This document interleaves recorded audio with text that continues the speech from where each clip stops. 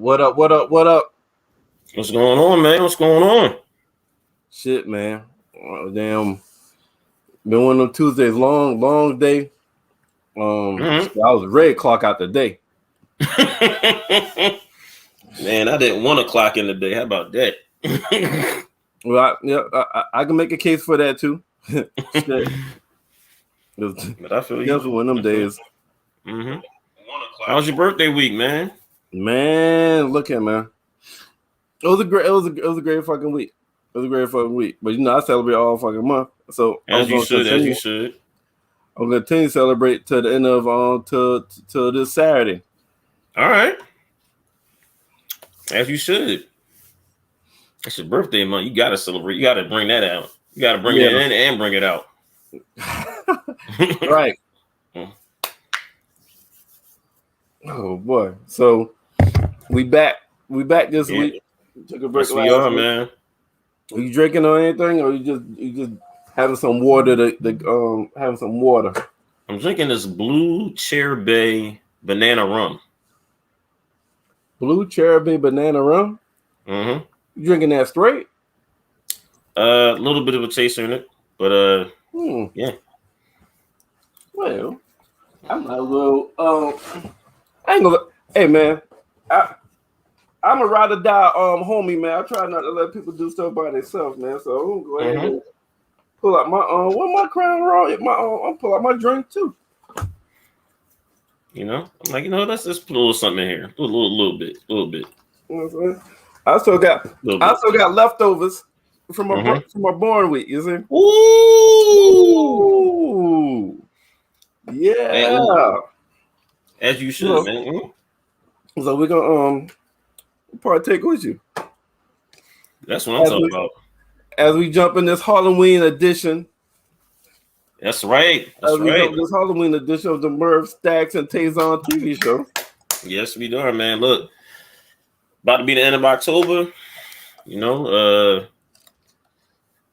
man, it's Halloween. Halloween is a special time. People get dressed up. You get the whole good scary movies. Are you going to you getting a costume this year? Man, I was trying to find like a costume party, but couldn't find none down here at H-Town. Oh, where? Yeah, man, so you in Houston. If you ain't find no Halloween party in Houston, man, you didn't look hard enough, man. Yeah, I definitely try to look. Man, in Houston, as big as Houston, Houston. Houston. It's hard to believe that they ain't got no Halloween party there, man. Well, they probably do, but I'm like some stuff. I'm like, all right, cool. Like, I want to do something like actually on Sunday, like not Saturday, not Friday, like actually on that day. Oh, on Sunday. Yeah, that's where the fucking problem gonna be at. You're gonna have to you're gonna find someone Saturday, man. I think I'm probably gonna have to do that too, man. But down here, Houston's is always something popping down here. Always I know. That's why you told me you can't find a party. I'm like, in Houston? Yeah, it's always something popping down here. Always. Yeah.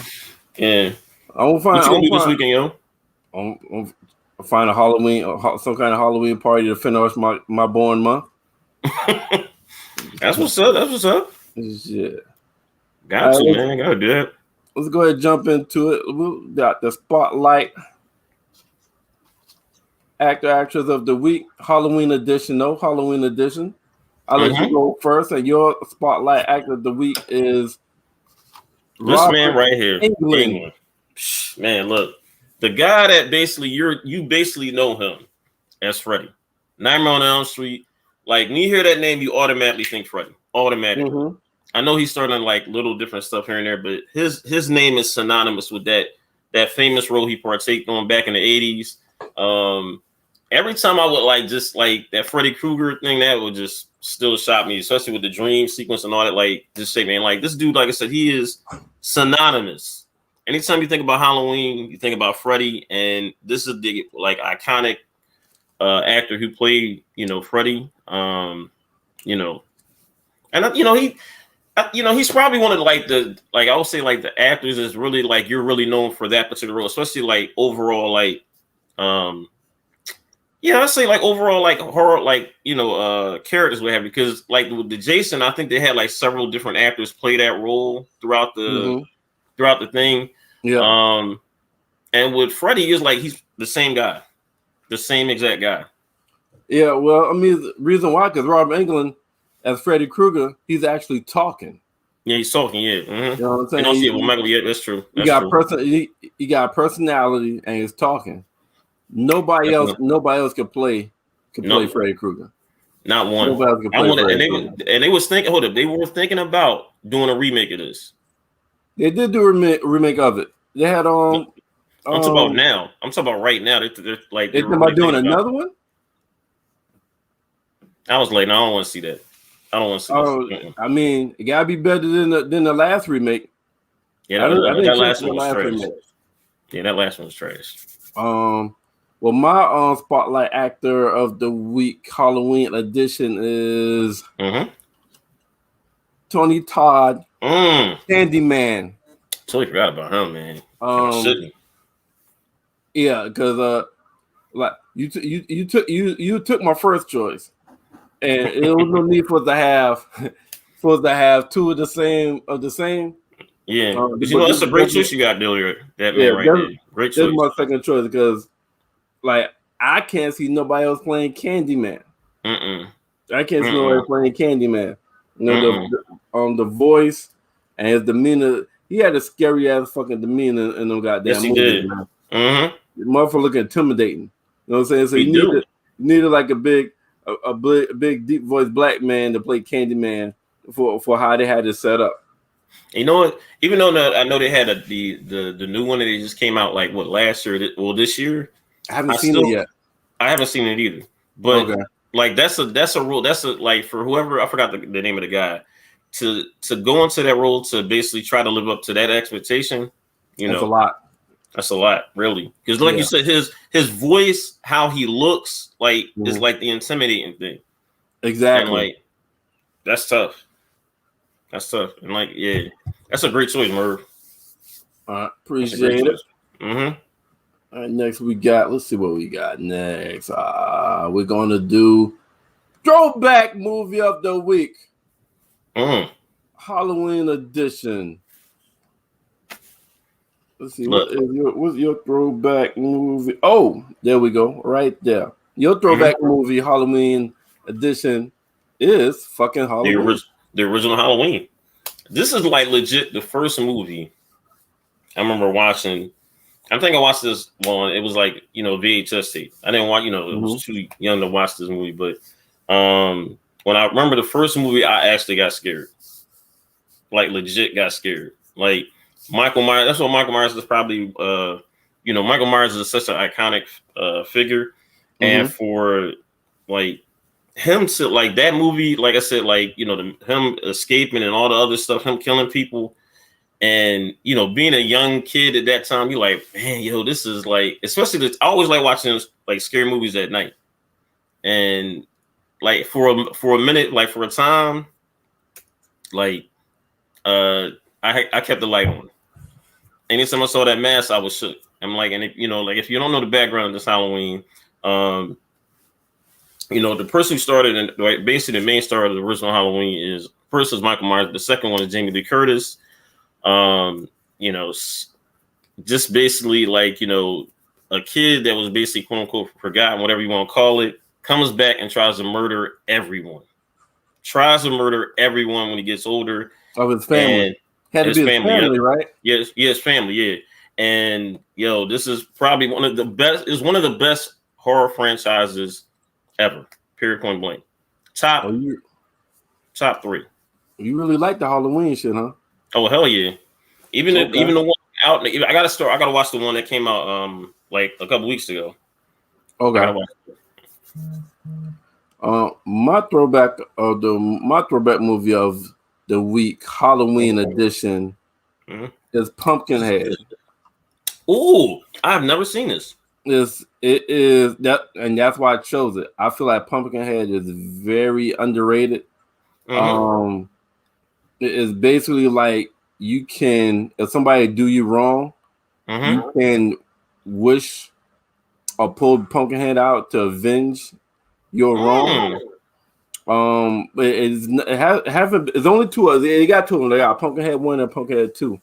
Haven't really been publicized much, but a very very good horror movie. The first one, to me is scarier than the second one. But yeah, is in the first one, the guy that brought Pumpkinhead out to avenge him, Pumpkinhead's spirit kind of takes over him. Oh yeah. So if you're looking for something if you haven't seen, if you're looking for something to watch for this Halloween weekend, check out Pumpkinhead. Well, you put me down with something. I never even heard of that. I definitely gotta watch that. All right. Yeah, if you like horror movies, all right, you like that one. Ooh, hold up. Good look. It is on AMC Plus for all our listeners out there, our viewers. It's on AMC Plus for your viewing pleasure. And now we're gonna go. This was a little different. We're doing date night movie of the week, Halloween edition. Halloween edition. Actually, I like your choice, man. That was a great date night Halloween movie edition. Go ahead. You got the original Scream. When this movie came out, it changed the horror genre, right? I'm not gonna give away the ending because the ending kind of changed the genre, like in terms of how you kind of quote solve this, what have you. Basically, it's a year after the murder of the main character's mother. A teenage girl is terrorized by a new killer who targets a girl and her friends by using horror films as part of a deadly game. People starred in this movie, and I told you, there's a lot of people like stars that starred in this movie. Nev Campbell, Courtney Cox, David Arquette, Skeet Ulrich, Drew Barrymore. There's a lot of like main stars at that time that were really, really big. Nev Campbell really was her star was elevating because of this movie too as well. And this was such a very good. And also you get the I forgot the name of the character, the with the face. I forgot what do they call that? What do they call that? The mask. Because you've seen that mask before. The Scream mask. Yeah, the Scream mask, yeah. And that was such a popular like Halloween mask for like many years because of that. And like I said, the ending, not gonna give away. You have to see it. It's trying to see if it's on. Oh, it's on AMC Plus, and they're re-releasing it to movie theaters. So certain movie theaters are gonna re-release it. If you haven't seen it, the ending is superb. It's one of the endings you really don't see coming because it's something that's never really been done before that time. It's never been done. Well, I think Scream changed the horror movie scripts on how before Scream, you always try to think of some kind of horror character, some kind of demon, some kind of a scary character, something scary that you can see that's coming to kill you. But Scream is exactly how the movie title is. Like it's going to make you fucking jump. It is. Shit's gonna it's gonna be dark, and shit's gonna jump the fuck out of nowhere and make you jump and make you scream. Perfect date night movie. If you want, you and your significant other.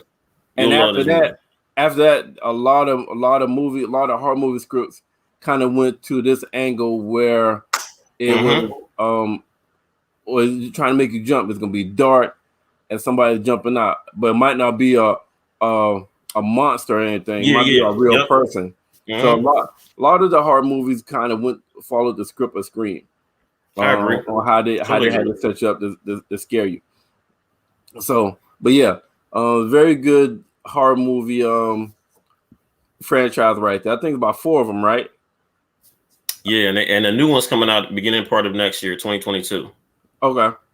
And it came out in 96, which is bananas. Yeah, how long ago that came out? Yeah. So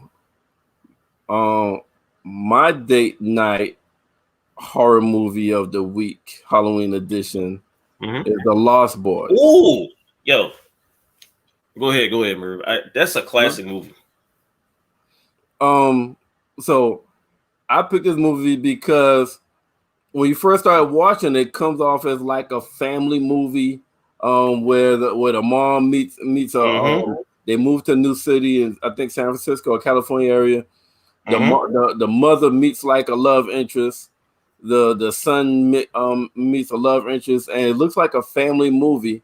Then you don't then they didn't realize that they're surrounded by vampires. Yep. It's wild, yo. You know what I mean? Yeah, And it even have an ending. Even have an ending where like, boy and girl ends up together at the ending. So it does have a love. It does have a love interest, but it's a vampire movie. Now it's an older movie. I think that might this 87. 87. Okay. Yeah. So this is definitely something you can watch with your significant other as a horror movie date night edition. It's not too scary. So if you deal with somebody, if you got a significant other that's kind of jumpy or whatnot, or they like horror movies, they could deal with this. They could deal with this, right? It's entertaining.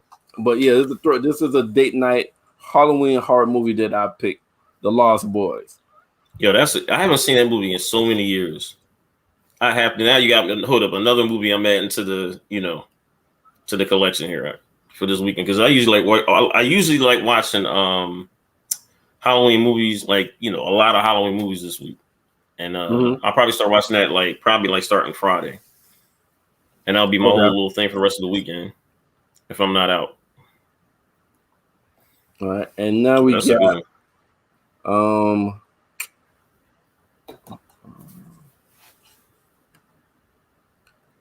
so now we got the binge watch TV show Halloween edition. So we're gonna choose a binge watch TV show worth watching, but it falls in the horror genre.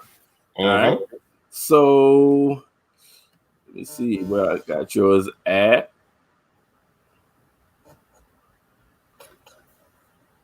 I might be under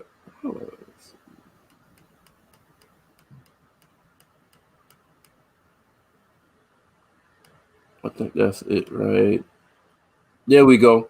So the TV show you chose, a horror TV show you chose to binge watch is The Haunting of Hill House. Man, I'm gonna tell the back when I kept seeing the previews of this show, because it's like this telling of this particular story has been told like throughout the years, throughout the decades, but as a movie, this has basically been told through as a series, and it was on Netflix. It came out 2000. I cannot believe it came out even that long ago, 2018. It's for 10 episodes, and basically the premise is about this family. They move into this old home, and it's a lot of different stuff that's happening to them while they're in that home. A lot of stuff that's from the past and present are meeting all together at one time. And it's basically throwing this family off. A lot of like secrets that they want to hide is all now coming out to play in Hill House. And literally one of the best horror series of all time, just off of that one show, what have you. And they have like a trilogy of it. It's The Haunting of Hill House. I'm trying to think. The Haunting of Bly Manor, and what's the other one? I forgot the third one, but it's made by the same director, same creator. So they got three different ones. Yep, it's a trilogy. Yep, it's a trilogy. TV shows. Yep, all TV shows. All on Netflix. Yep, it's The Haunting of Hill House, The Haunting of Bly Manor, and I'm trying to figure out the other one. I forgot the other one. I got to go find that. But like I said, The Haunting of Hill House is like 10 episodes. The Haunting of Bly Manor, that's 10 episodes. So I'm gonna try to find the other one. If not, I'm gonna put in bring it back up. But this is a very, very good like horror trilogy, especially it being a series on Netflix. Highly recommend. You will be shook. You will be shook by this series. It's a lot of different, and like what, this could be like I ain't gonna say a date night, but this is gonna have you shook. This is gonna have you shook. This is not no PG 13 type of. Is it rated R horror movie?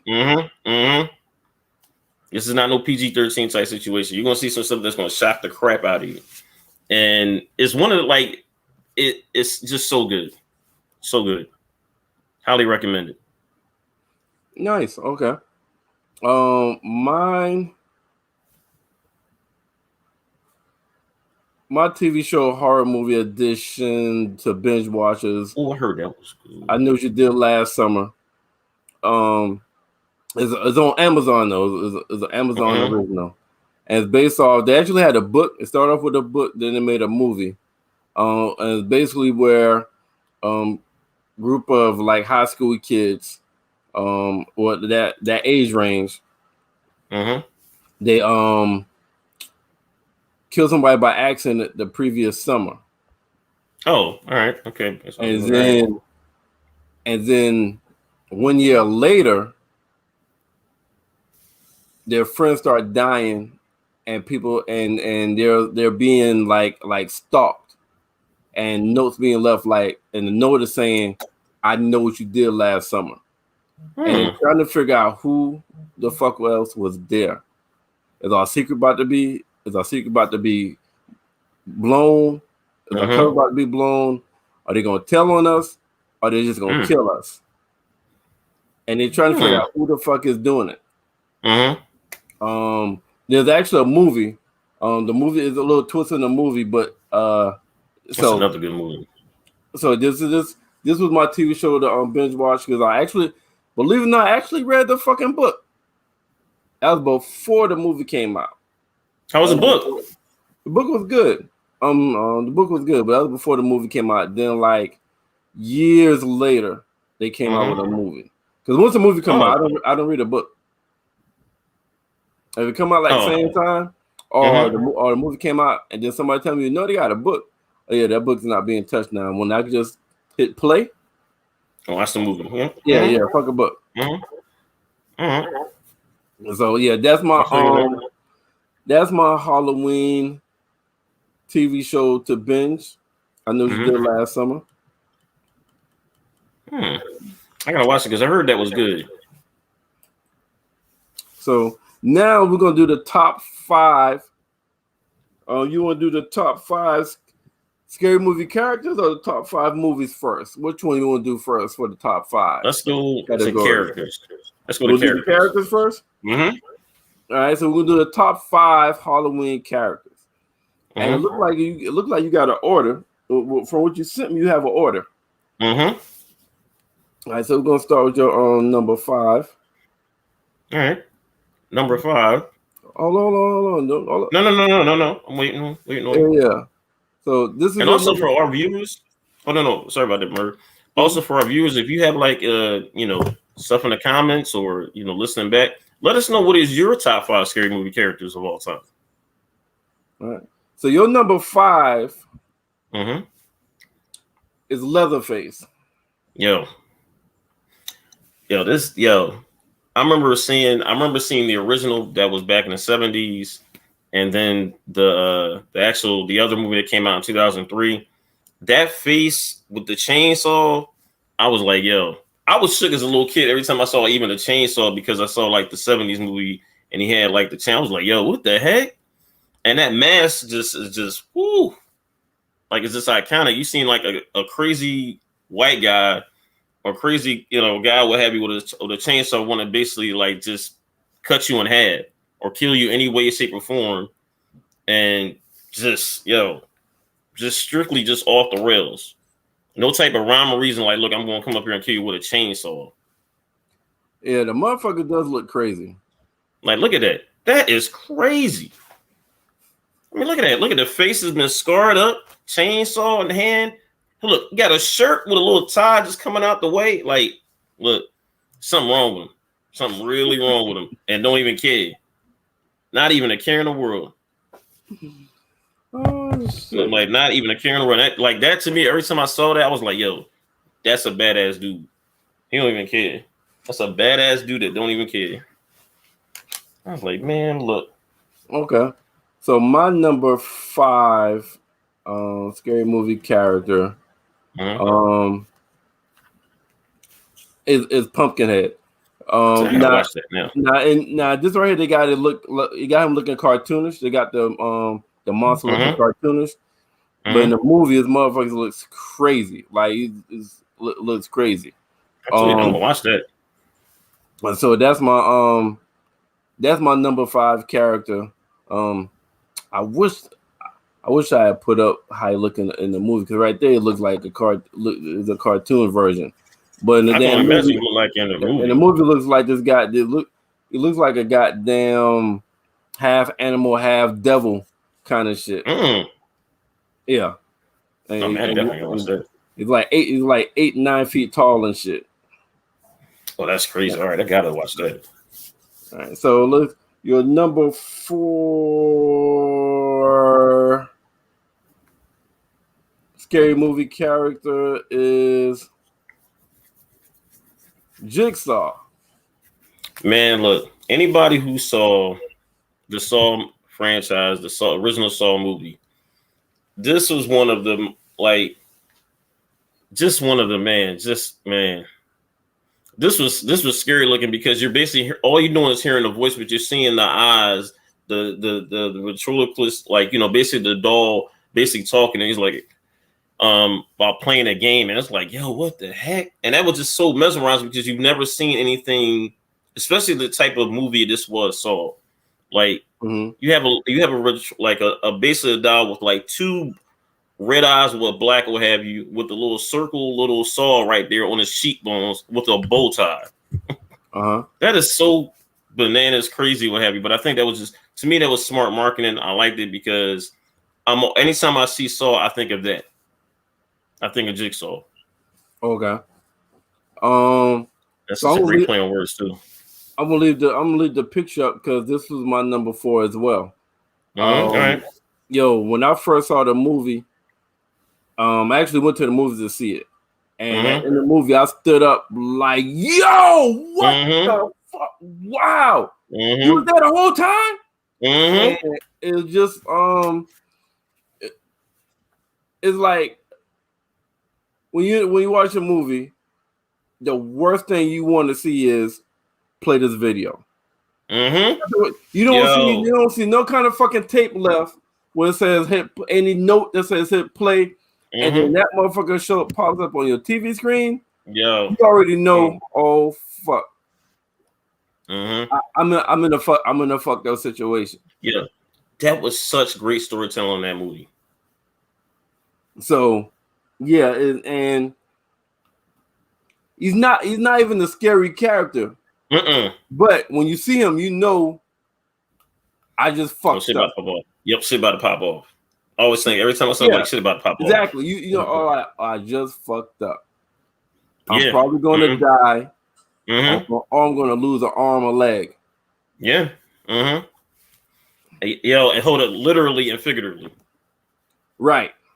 So, yeah, that was my number 4 as well. All right. Your number 3. This okay. Your number 3. There you go. Freddy Krueger.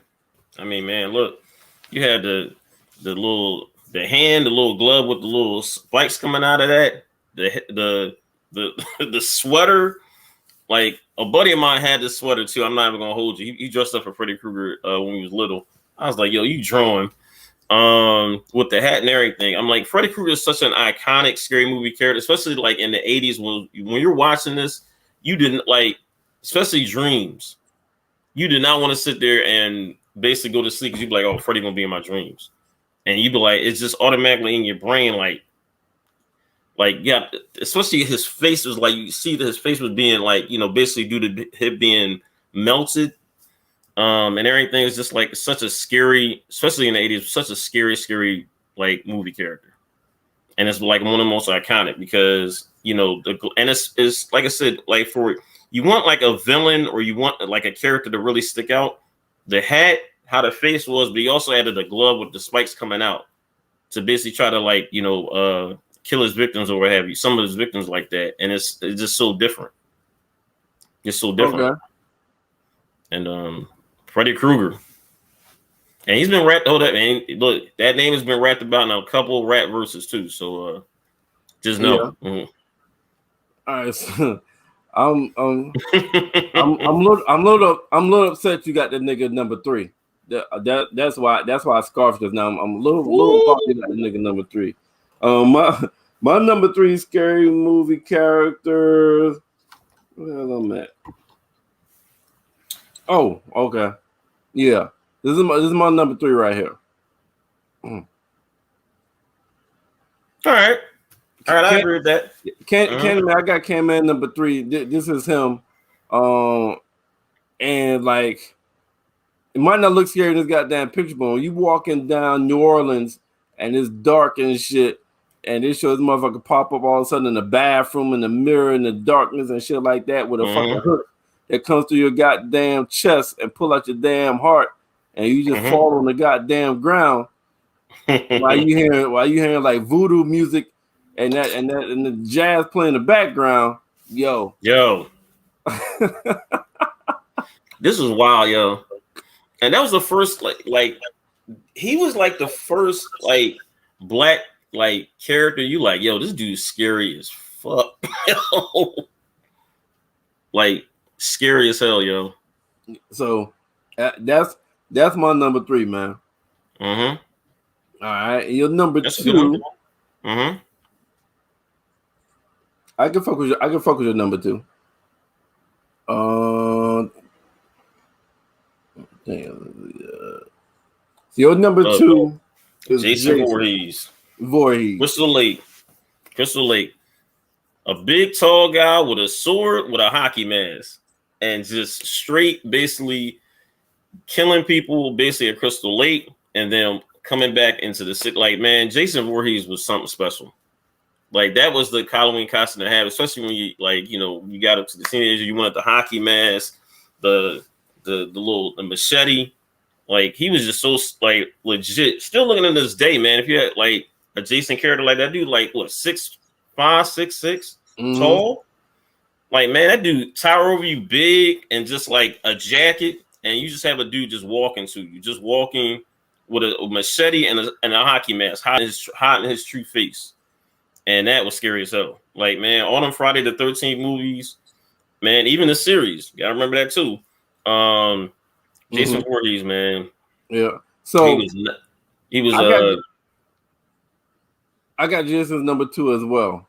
I'm a little different. I choose my horror movies and my characters. I like them to have a background, a backstory, some kind of legends being told. You know what I'm saying? Like, Jason started off as this little scared boy that drowned in a lake, and the kids used to tease him. Then he came back to take revenge on the camp. Same thing, Candyman. You know what I'm saying? He was in love, fell in love with he was a slave that fell in love with a white girl. They chased him. They cut his arm off. They put honey on it so the bees that could get it. You get to it, and that's why that's why he has the hook. That's why bees fall on. So Jason my number 2 as well. Jason one of them like, it's like no matter how fucking fast motherfuckers is running, you turn around and Jason is there. And he right there. He is right there. And Jason's probably in my opinion, the second most recognized horror movie character in history. Jason Voorhees, also Friday the 13th. Like, when a Friday the 13th really falls on the calendar, motherfuckers really be a little shook about what the fuck is about to happen tomorrow. You know what? I'm staying home. I ain't going no fucking where, because tomorrow is Friday the 13th. In real life, motherfuckers don't be wanting to fuck with Friday the 13th because of the fucking movie. Yep. Totally agree with that. Yeah. Now, if I'm not mistaken, Friday the 13th, that's when he died, right? He died on the 13th, isn't it? He died on the Friday. I think that's something. Hold on. I think that's it. Yeah. See, I like shit like that. I don't like goddamn random ass monsters just come out fucking nowhere, man. Like a storyline and shit.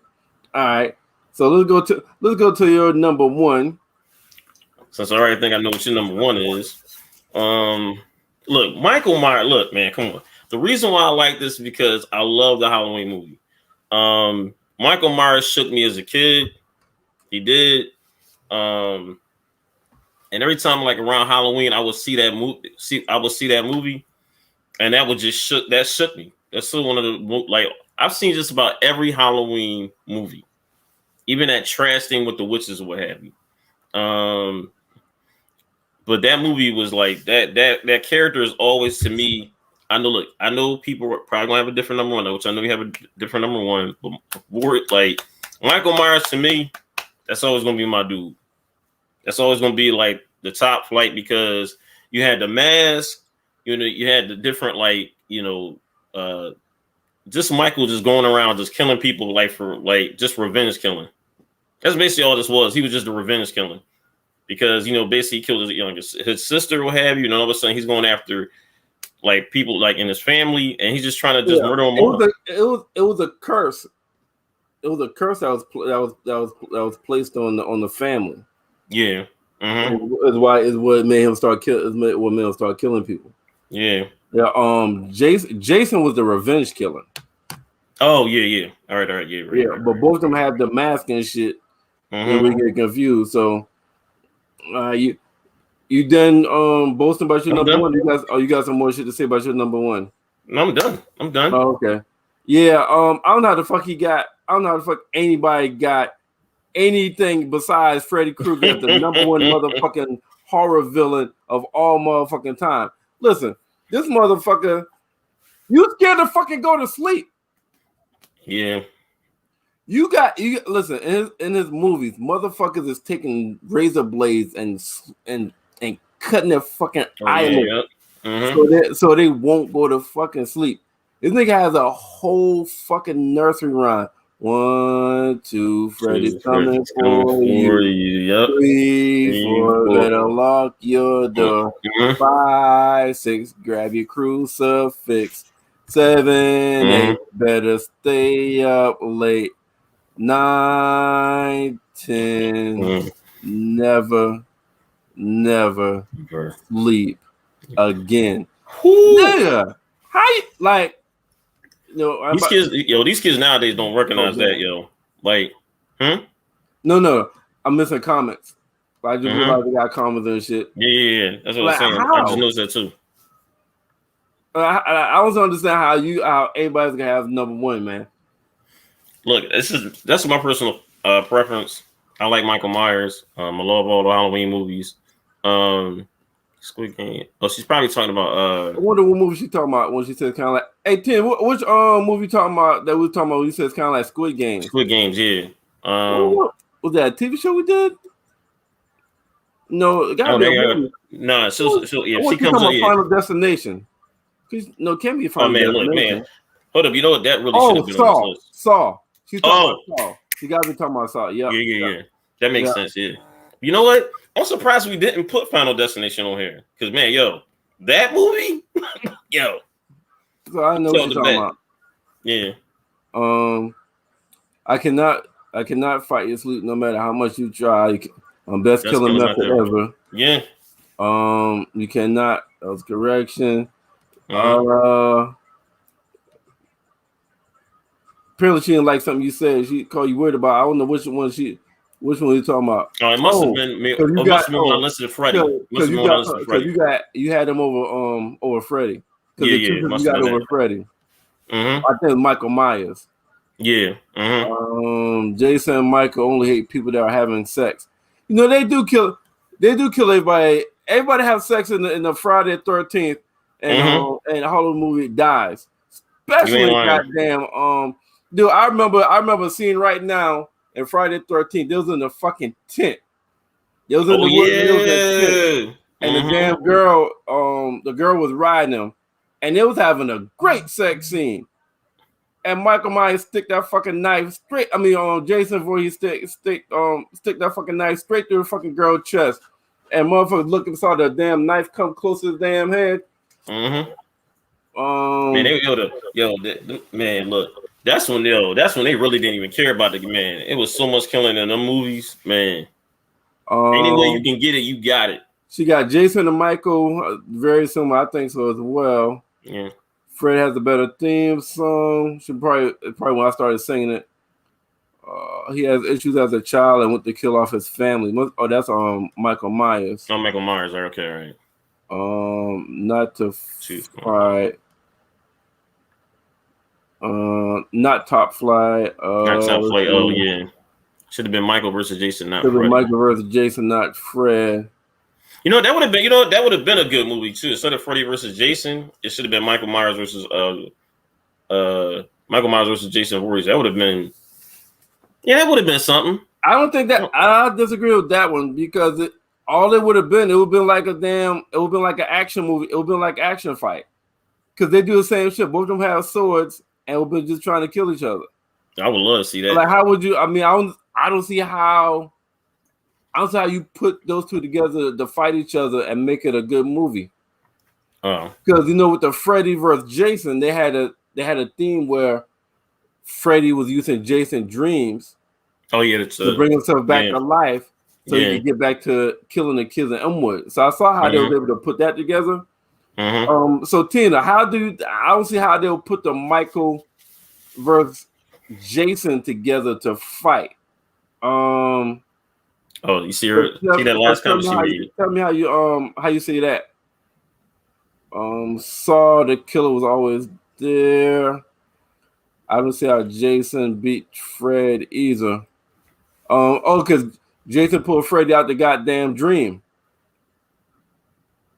That's how Jason beat. He pulled Freddy out the damn dream. Freddy came out the dream. Oh, all right. That's what happened. All right. So, like again, I don't know how the fuck you got anybody over Freddy as a number. You got man. It's my personal preference, man. It's my personal preference. I got you, but damn, I got you. I love Michael Myers, man. So now we got the top 5 scary movies. Now, see, this is gonna be interesting. Now we got the top 5 scary movies. Mm-hmm.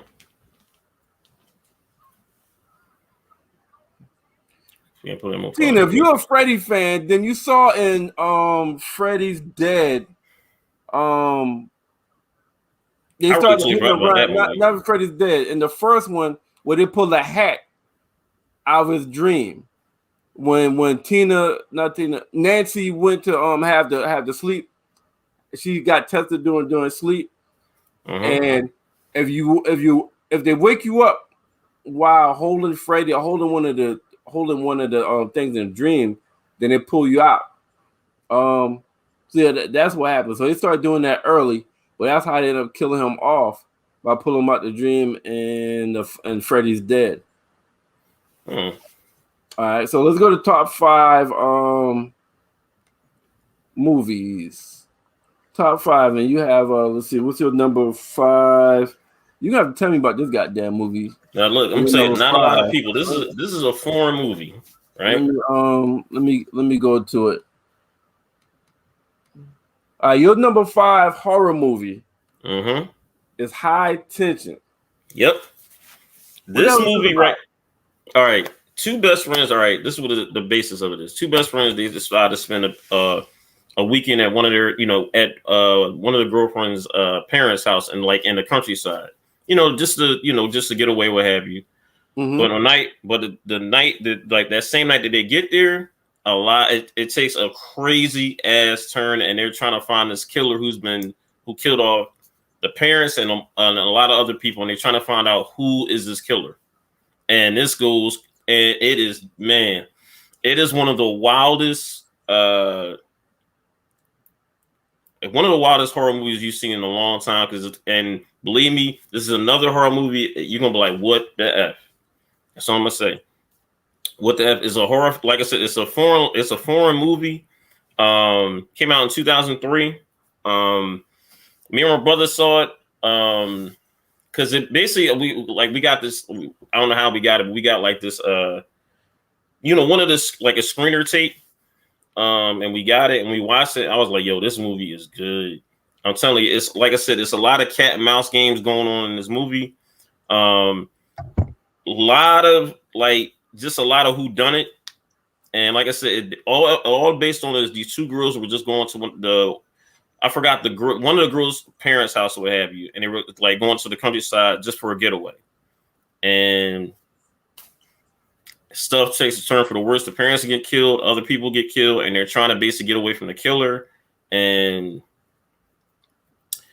it takes a wild turn. This is an R-rated film, and one of the best and craziest endings you will ever see to a horror movie. It's called High Tension. Mm-hmm. It will Okay. scare the hell out of you. So they're basically in the town. They're in the town running from trying to figure out who's killing them. Yeah, and they're trying to find out who's killing them. Yep, who's killing all the people around them. Okay. They're coming from like the city. They're going to like the countryside to one of the girls' parents' house to like just get away for the weekend and study what have you. And once they get there that night, they basically start hearing like a lot of this crazy commotion. All of a sudden, they found out like the girl's parents they got killed crazy, and everybody else like there's a lot of other people around that area starts getting killed as well too. Like it's crazy, and they get killed like viciously. This is not for the faint of heart, and believe me, if you have not seen this movie, watch this movie. Give it a look at, and also let us know how it is too. Because look, primarily this is like really a top 5 for me because this is something different. All right. Well, Tina said, let me get my pen and paper because Taison gonna be watching some shit. So she sounds like she's gonna check that shit out. Yeah. Mm-hmm. Okay. That's a number 5. My number. So my number 5 is.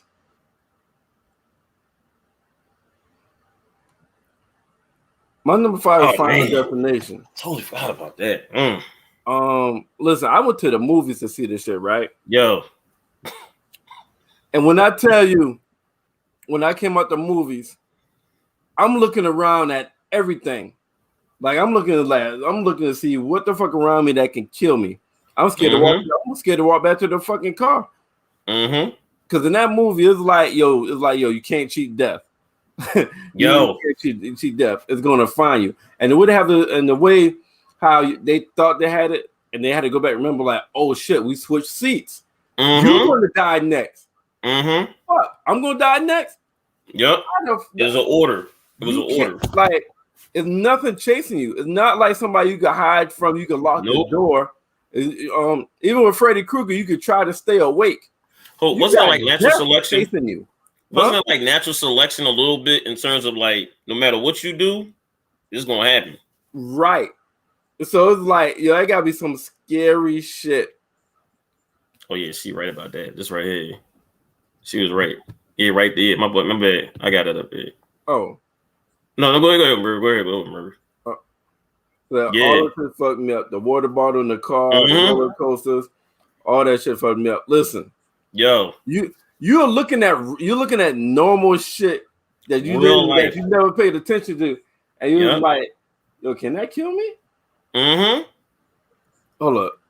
Do I need to move this bottle? Is this bottle gonna break? This glass will come out. I will somehow fall and stab my fucking neck. Mm-hmm. Yo.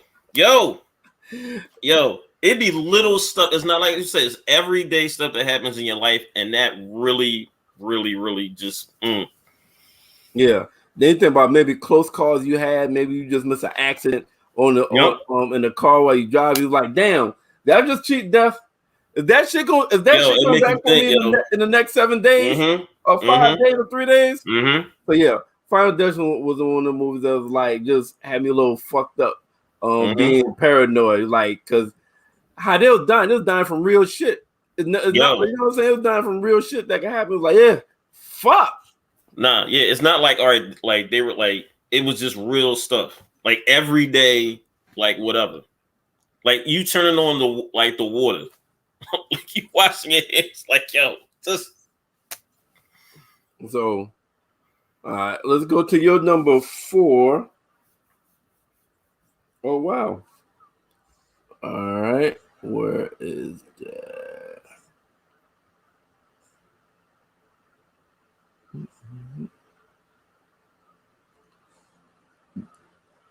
Oh, you know what? I didn't get. So your number 4. Oh, I didn't get the movie cover, but your number 4 is Saw. Yeah. So like, look, I mean, it's still one of the classic horror movie. Well, I say a classic movie too to begin with because of the storytelling in this movie. Like the storytelling and basically the ending is still one of the. Just like you said, when you come out that movie theater, you're gonna be like, "What the f? What the f?" Yeah. He was there the whole what? Hold up, and yo, even after this movie, I kept saying, "I'm like, I hope they got a second one." Yeah. I kept saying, "I'm like, man, this is one of the movies that afterwards you like, it better be a sequel to this." And look, like I said, Jigsaw. This is like one of the best. This is one of the best storytelling like movies. And like I said, and also like I said, one of the best like scary movies of all time because look, karma, all right? Yeah. A lot of karma. A lot of karma in this. And listen, this was my number 4 as well. It's one of those movies where you finish looking at that movie and like, you know what? I'm gonna appreciate life. I'm gonna appreciate because I don't mean no motherfucker that's been watching me and look like I haven't been appreciative of shit that damn set me up for no fucking game time. We're gonna play a game. No, the fuck we not. No, we ain't doing that. No. I'm too old for games. I'm good. You can keep your funky ass recorder and your fucking 1985 tapes too. Y'all can have that out the way. I'm good. Yeah, I'm going to kiss my family now. I appreciate life. I don't need no test. I don't need to be handcuffed to a sink. Yeah. Or to a bathtub. Nope. I'm good. All right. So your number 3 horror movie was actually your throwback, right? Yep. Halloween, the first Halloween. Original Halloween. Yeah, the first Halloween. Because this, like, I always loved the first Halloween movie. Like I said, this is the first movie that legit scared the crap out of me. And I loved all the subsequent like Halloween movies. But to me, that first one just like legit, like really scared me. And even I watched it like I'm gonna probably watch it like Halloween night too. Like because this is like one of my favorite like Halloween movies. But I'm still keeping it number 3 because the other two I have it higher up there. But the original Halloween movie, classic movie, came out like I said 1978. John Carpenter, and then Rob Zombie put his spin on it too, which was a very good thing to the up to date version of it. But 78 is a classic movie. Michael Myers just going ham. Classic movie. That's all I gotta say about that. Oh, what's going on, Sam? What's up, Sam? We're doing the Merv Stacks for Taison show, the Halloween edition. So we're talking about the Halloween movies, TV shows, actors, and stuff like that. Yeah, let us know your top 5 movies. Yeah, so right now we just did top five horror movie characters. Now we're doing top 5 Halloween movies. Yep. So that's what we're doing right now to catch you up. What's so you know it was Halloween, the first Halloween. Okay. My number 3. Where I got it at?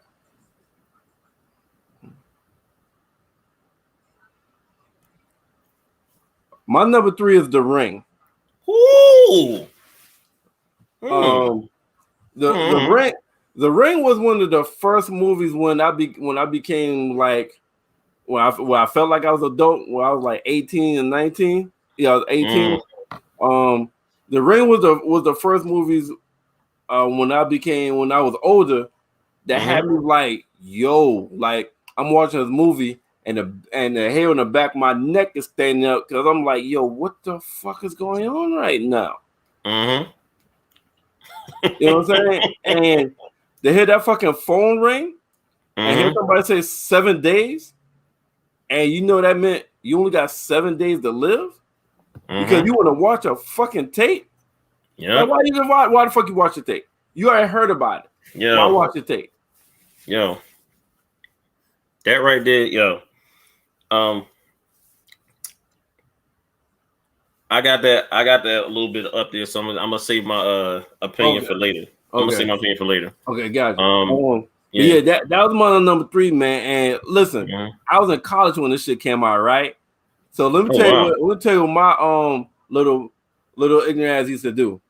After it came out, I started calling people on the phone in the dorm, and when they answer, I was like 7 days, and I hang up on their ass. Yo, Merv. Yo, let me tell you, when I realized everybody saw that shit, I was just calling people throughout my dorm. 7 days. 7 days. And hang up. man, you can shake some. Yo, this I'm gonna say my thing for later. Okay. I'm gonna say my thing for later. Hey, listen, and like another reason why I like the movie because it had a storyline of what the fuck the base of the storyline. Why I like that shit. Hold on, and also remember it's based off a Japanese movie as well too. And if you have an opportunity, watch the Japanese version of this because if you think this is sick, that Japanese version of this, it's gonna have you shook. All right, let's see your number. So we had number 3. Oh, so now it's your number 2, right? Yeah. Okay.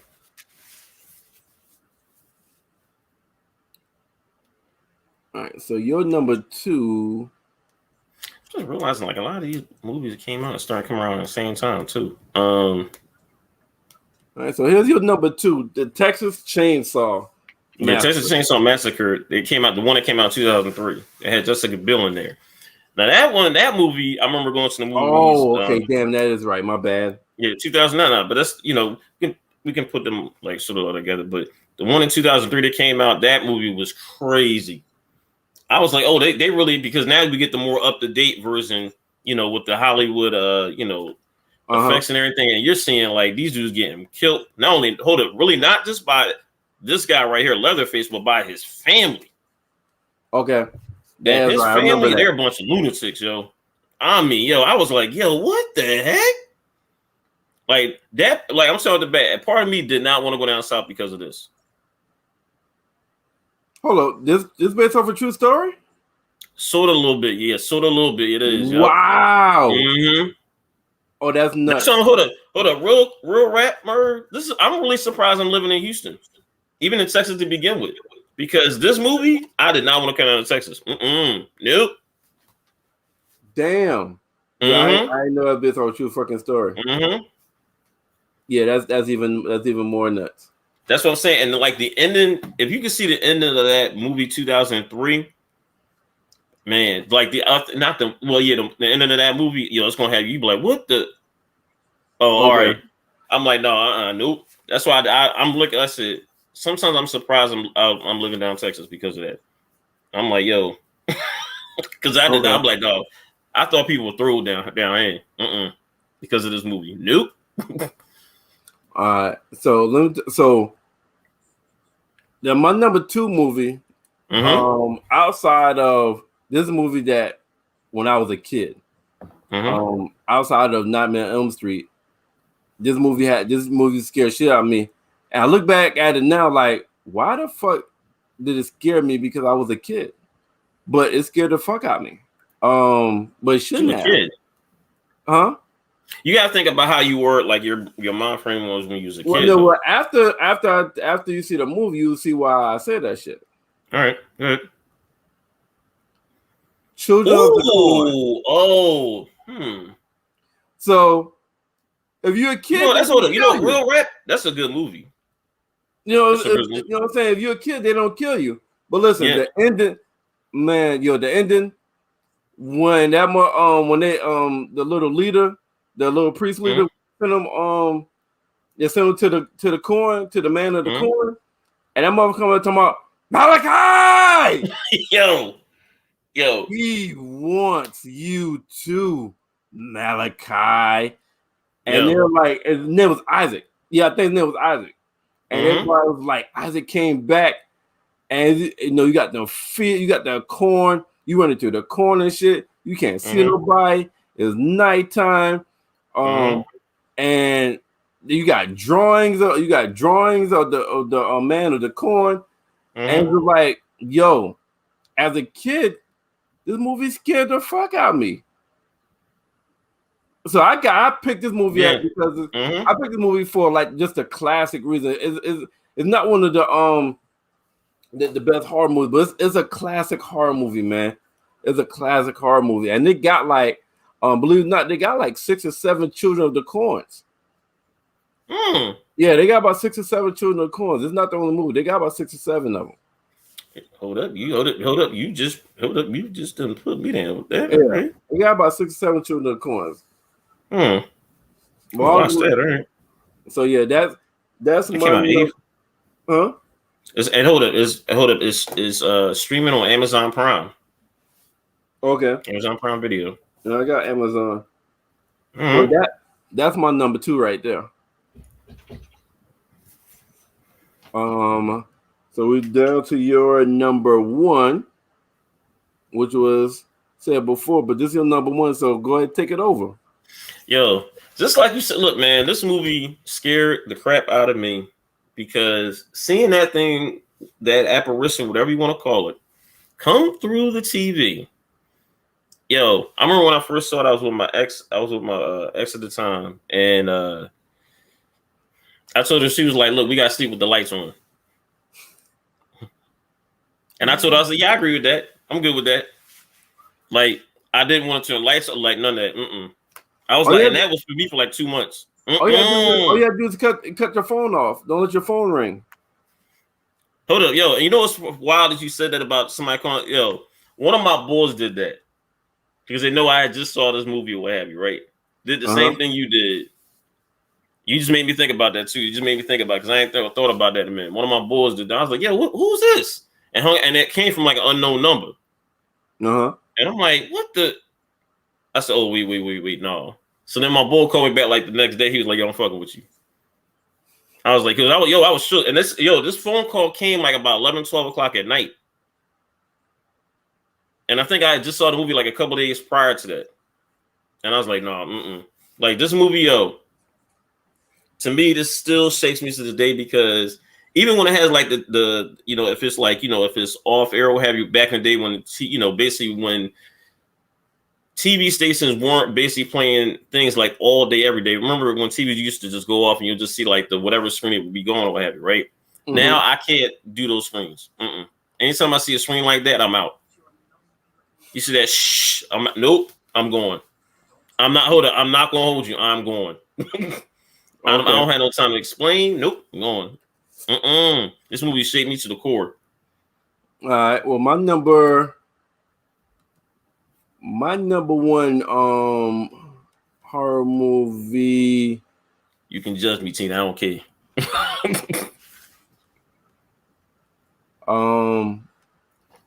Was Nightmare on Elm Street Part 3.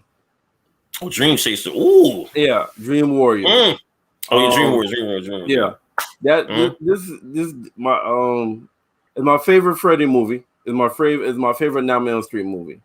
And Nightmare on Elm Street is my favorite horror movie series. So all I did, I just picked my favorite movie from my favorite horror character out the movie series. And Nightmare on Elm Street Part 3, you got where all of them are in this like nut house. And everybody has a special power when they dreaming. And they try to use that shit against Freddy and shit, but they're locked up. Like they can't run nowhere. Like that's Freddy's trap right there. Exactly. And a lot of times they give you sleep medicine and shit like that. You get it's scary and it's funny. It's a classic Nightmare on Elm Street, but it has a lot of people in it. It has a little bit of action in it because, like I said, they have like special powers and shit in their dreams. So Nightmare on Elm Street Part 3 is is my favorite one. And then also has the classic Freddy where his mom comes out as the nun. Remember, Freddy's mom was a nun. It was like, saying that she had the bastard child of 1,000 devils and shit. Yeah. You know what I'm saying? Like she was like great. She ended up because what it was at, they said she was in there as a nurse or something, a nun nurse, and she ended up getting locked over. They ended up locking her in there by accident. The staff. And the rumor is like over 1,000 crazy people that's insane crazy raped her the whole fucking weekend. The whole fucking weekend. That's the legend of how Freddy came.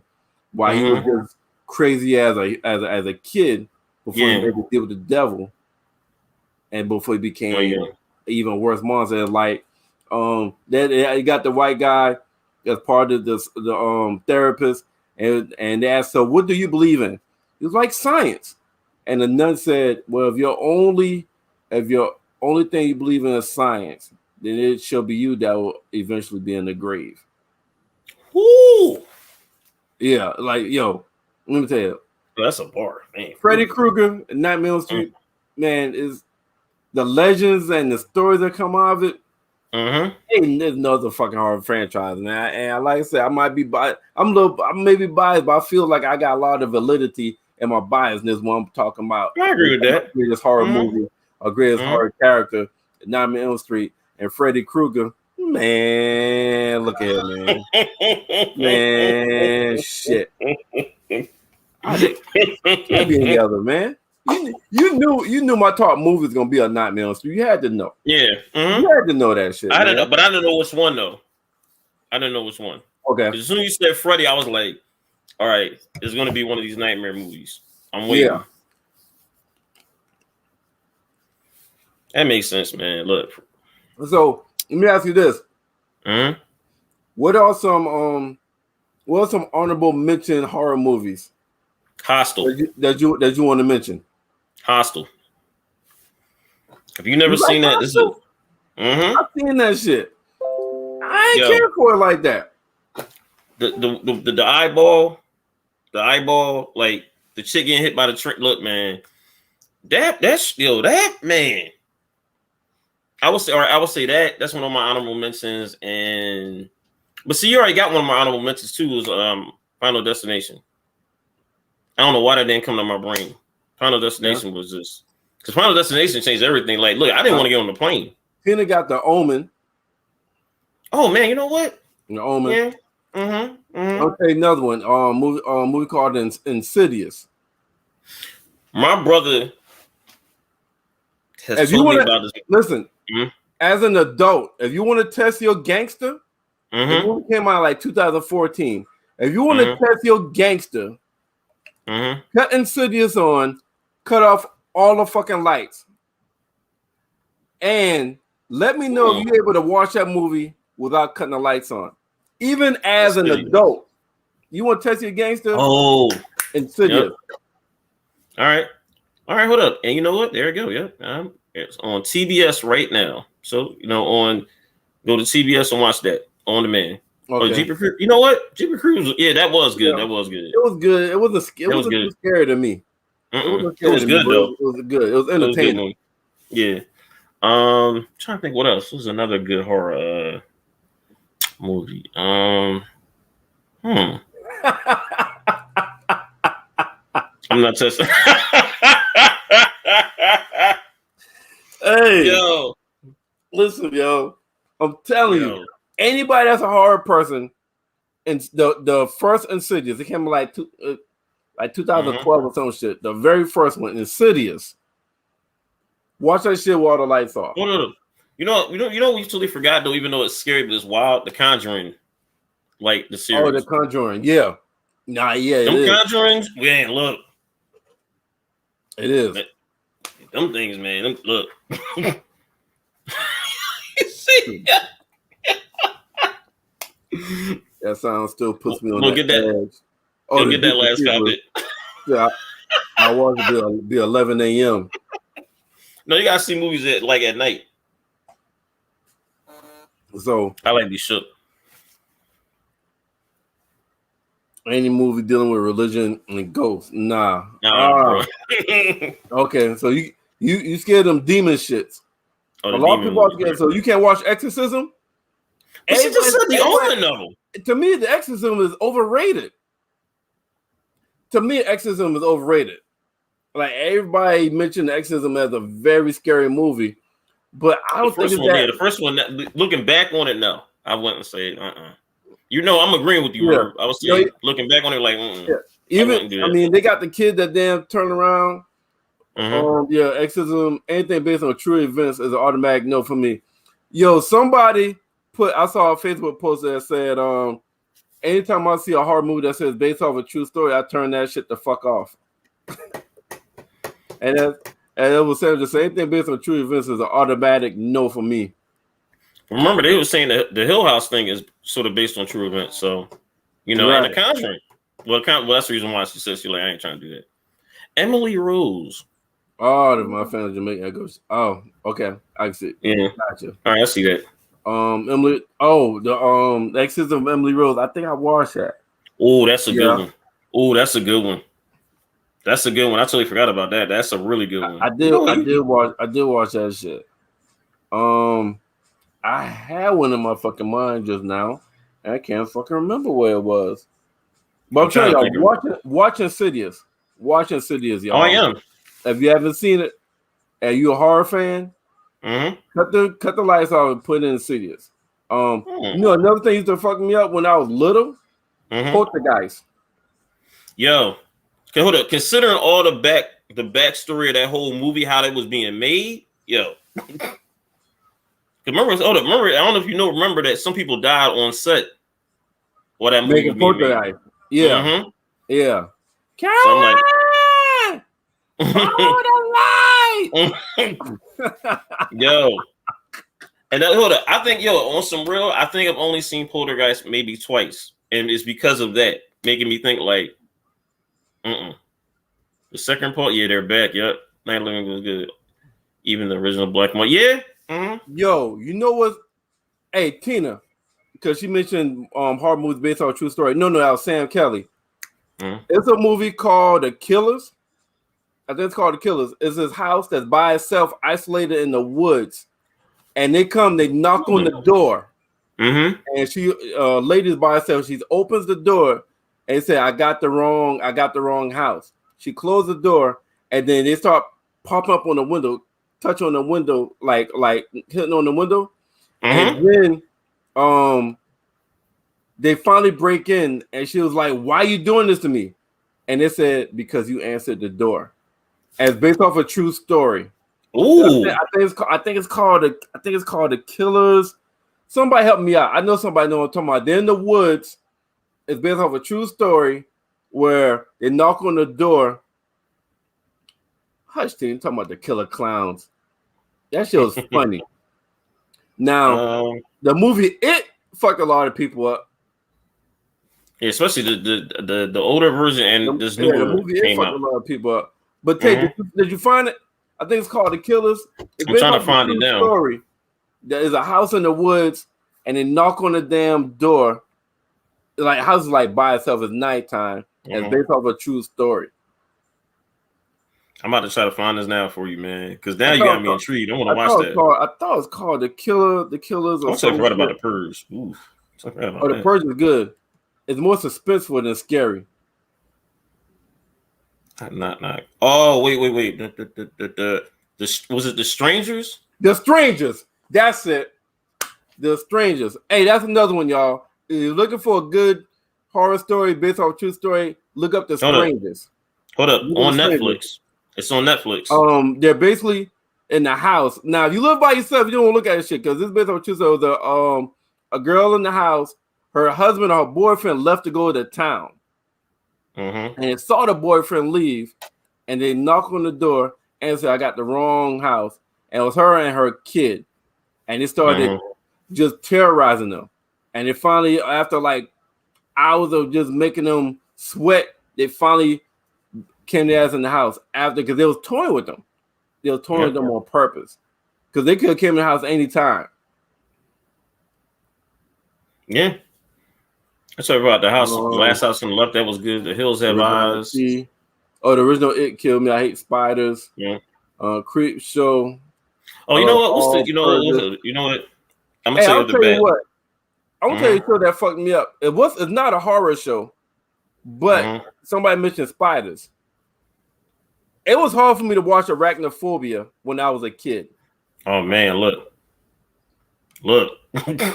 That you know what? Because I don't like well down here I'm used to doing spiders. I'm just I'm used to spiders a little bit down here. But yeah, that Arachnophobia,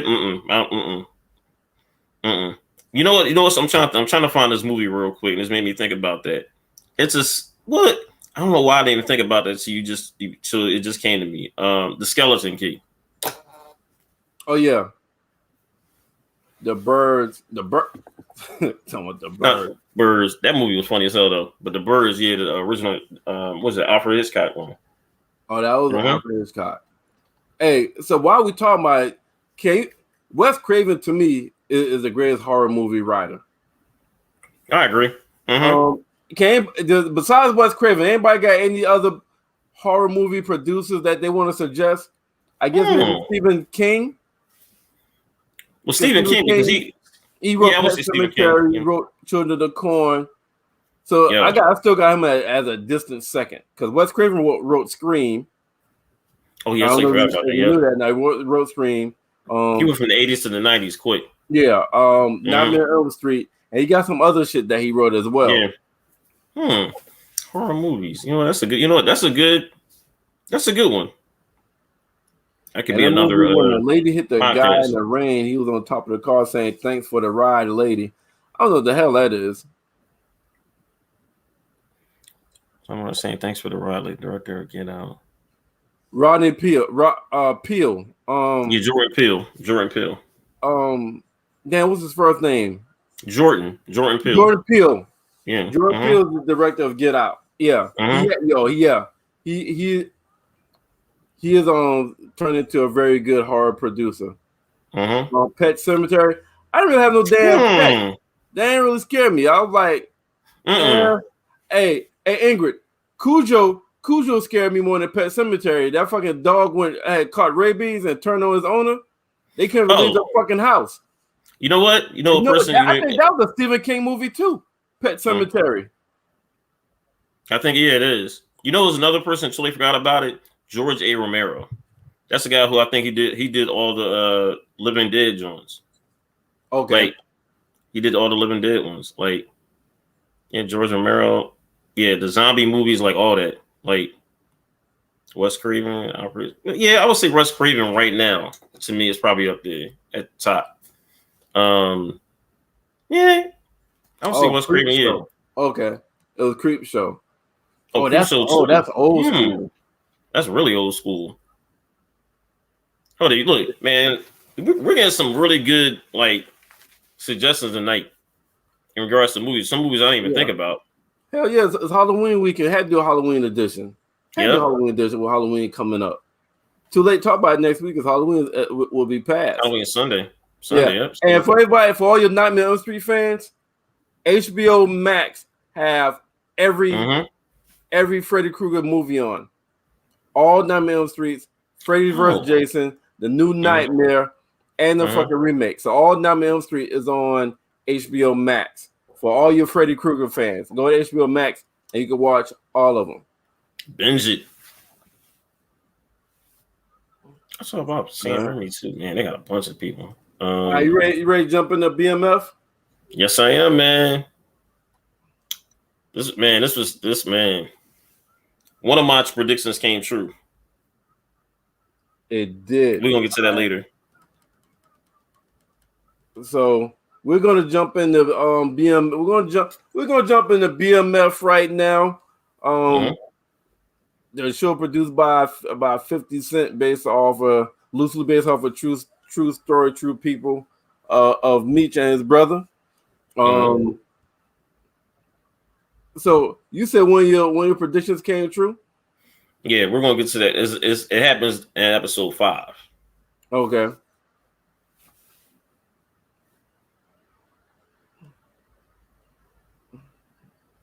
All right, so which prediction was that? I know I have episode 5. About oh yeah, you're right. You're right. You're right. So we're gonna go back and talk later. about. We're gonna go back and talk about episode 4 because we missed it last week. Heroes. That's the name of it. Yep. That's the name of the episode. Heroes. Yeah, Heroes. And this is when. So this Meech and Terry is they gotten big now where they want their own supply. You know what I'm saying? They could buy it straight up. They don't need to be fronted, and they're trying to kind of step away from Pat. Yep. All right, but that nigga Pat is not having it. We'll get to that later, but and like you really can't trust nobody in the fucking streets. Nope. You really can't. And people you grew up with, people who mentored you, can't trust them. Well, people you mentor, you can't trust. Mm-hmm. So what you think about Kato, man? What's you think going on with Kato? I still think Kato. I still think Kato is going to be the one that gets Lamar. Me personally, I think she's going to be the one that gets Lamar. I think she's right there trying to stay afloat right now because now she's going back between the 50 boys, with Meech and T, and then with Lamar, she got like that connection with him because based off of her pops, and that as we heard in episode 4. So, but let me ask this: do you still think Kato is working for? Because before episode 4 and 5 came out, I thought she was working for Lamar in some way. Do you still feel that she's working for Lamar? I think she is, but now she's seeing how he is, especially that last episode in episode 4, Heroes, with the gun in the mouth. It was like, oh, you taking this a little bit up there, because he was like, look, I'm doing all this because your pops was a solid dude, whatever. Exactly. So that's how he know her. You know, because somebody used to run with. She's the daughter of somebody he used to run with. So when I heard that, I don't think he didn't plant Kato in there. Kato was just naturally in the streets because her dad. It just so happened. It's just like, you know what I'm saying, you used to get in the same industry that your dad and his friends is in. And then when your dad homeboy gets out of jail and see you in the same industry and try to use your dad as influence to get you to help him out. That's what I see now. Kato wasn't backstabbing. It's just she just happened to be in the right place, right time. No, she was in the wrong place. Oh, the wrong place at the wrong time. On time, yeah. That's why I feel like, yo, don't blow up my spot. They just starting to trust me. Trust me, yeah. Here, I'm gonna ask you a question, Merv. So we never knew what happened to her dad, right? We just know that he was in the streets hustling, with Lamar, right? I wonder if Lamar had something to do with her dad passing or whatever the case may be, because maybe that might get brought up later on. That may be part of a storyline, because we just know that her dad was ran with Lamar back in the day. We just know that. And we're just going off of that. I want to know if they're going to bring it sort of like that into place sort of this season or next season. About Lamar and her dad. Like, I wonder what even though, like she said, we used to run together, but they never really expanded on that. You think they're going to do that this season? Yeah, I'd definitely do it. I'd definitely do that this season and shit. I'm not even sure if they'll do that at all. Oh. All right. I think it would be something, because I think I'm just she's definitely scared of Lamar. Oh, definitely. She's you know what I'm saying, she's more scared of Lamar than she is of Meech. And it's crazy that she it's wild. She fears Lamar, but literally respects T and Meech. Yeah, but a lot of times in the streets, fear Career lasts longer. Bigger than respect. Mm-hmm. You know what I'm saying? Yep. Usually the motherfuckers that don't give a fuck that lasts in the streets. That's true. You ain't lying. You ain't lying. Man, this was and man, last week's episode was wild. This was a crazy ass episode. You know, basically from Lamar basically seeing T in the sneaker store. He about to hem him up. Yeah. Until he saw the family. Yep. Then all of a sudden he saw the family. Yep. And then all of a sudden he was like, all right, you get this pass. Here goes some money for them diapers, and threw the money on the floor. Threw money on the damn floor. So yo, hold up. Why ain't nobody picked that up? Just honest opinion. I'm not talking about seeing them. I'm talking about when he left. I ain't see nobody go to that money. Not one person. Shit, if you see a crazy motherfucker that you know is crazy in your goddamn dog from the shit. Yeah. You ain't fucking that goddamn money neither, because he come back and ask where the fucking money at. What you gonna tell him? That's true. But you see Lamar trying to damn put his team in uniform and shit. What the court says is, I was like, all right, I see that. You know what I'm saying? Black and white court says is all right. That's smart. He said, get all them sizes together. So in 4, they got the lawsuit, right? And I saw a lot of Facebook groups. Everybody's asking, was $25,000 a lot of money back then? Like, should they accept it or not? Like, we got look. This is what, like around 1985. Oh, yeah, 85. Yeah. $25,000 back then was a lot of money. A lot of money, yeah. See, that's tough because I would. The dad and Meech wanted to accept it. The mom don't. Yep. The mom like, no, like mom wants to be like, look, he should be getting paid more to do to the situation.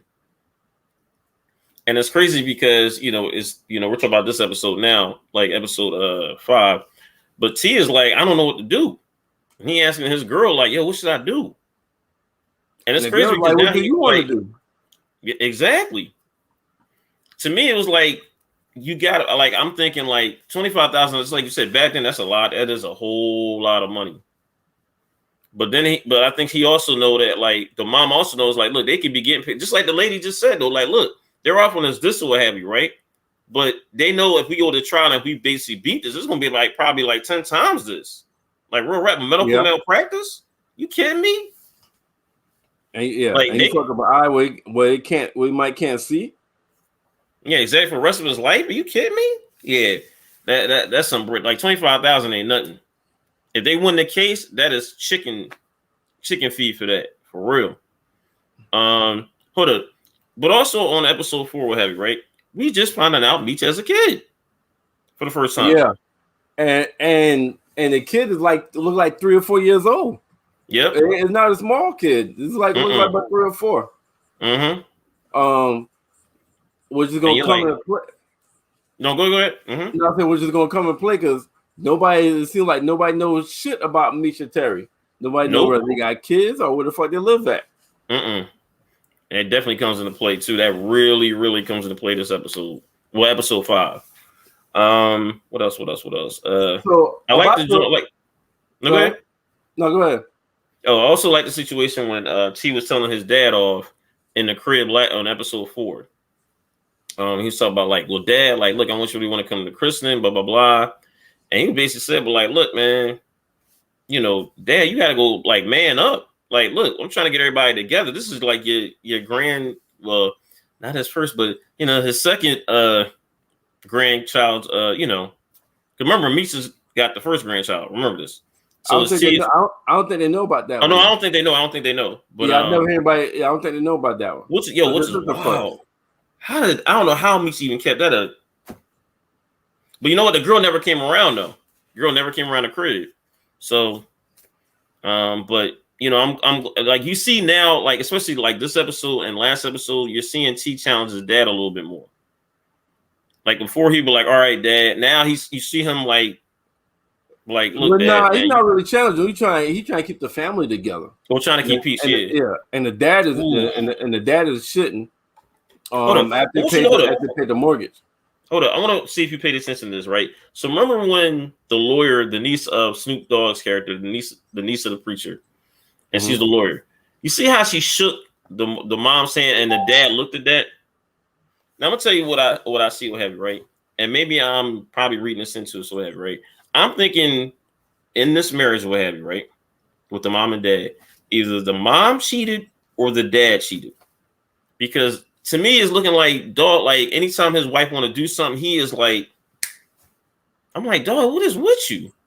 Like, I know probably that was like how it was, but it was like, dude, he on 10 like every time dad. Like only one has to do with the Snoop Dogg character. Pastor. Because he was like, I don't trust his lawyer. And she said, you don't trust her lawyer because you don't think she's good, or you don't trust the lawyer because that's the pastor's niece. Both. Both. Both. I was like, yo. Both. So at least he told the truth. He was like both. So I'm wondering the same thing. Is there a pass or something with the preacher? It's got to be something here. Yeah, it's got to be something here. Or maybe it's got to be something here because I think they must have fucked before they got together. I think so too, and I think they all knew each other. Hold up, I think they my fault, Merv. I think they probably knew each other back in the day too. Yeah, but I think they fucked because remember when the pastor was holding her hands and was saying a prayer? He felt some kind of way about that shit. Yeah, he really felt some kind of way about that shit. Which is wild. So let's see. Lamar puts his plan together to rob the stash. You know what I'm saying? He goes to fuck with the food truck to get them to bring all their people. And then they go hit the stash. Then the guy's like, yo, what? Why the fuck you're not here? What's going on? You know what? Well, they want all the people there. Now nobody at the fucking stash house. Stash house, yep. And then Kato knew what was going on. See, Kato was fucking up because Kato should be telling Meech, yo, this motherfucker is blackmailing me. And try to use that shit to set Lamar ass up. He's gonna get killed. Yeah. Meech is also smart too in terms of how he uses people. He don't really want to use. You could tell like this Meech, he doesn't want to kill nobody. He don't really want to do it. He just knows how to like. Meech is the talker. He is a great talker. He's a great talker when it comes to like figuring stuff out and like just smoothing things over. I think you're right about that. Kato should have just came to Meech and be like, "Look, Meech, this is the situation. Just letting you know." And then they really could have handled that like Lamar like a while ago with that. Legit. But as you see in that episode, that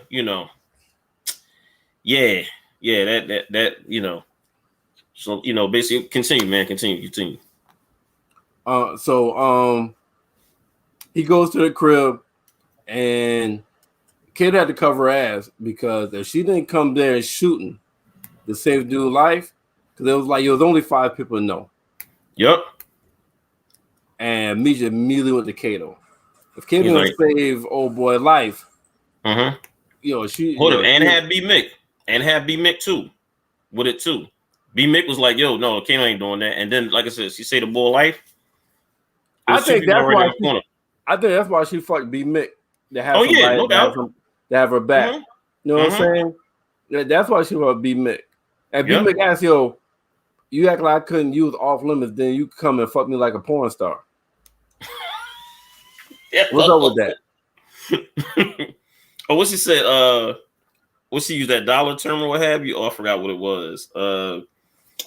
She said, like, if you saw something on the ground, would you question? Like, something like, would you question? Like, yeah, if you found $100 on the ground, would you question the blessing?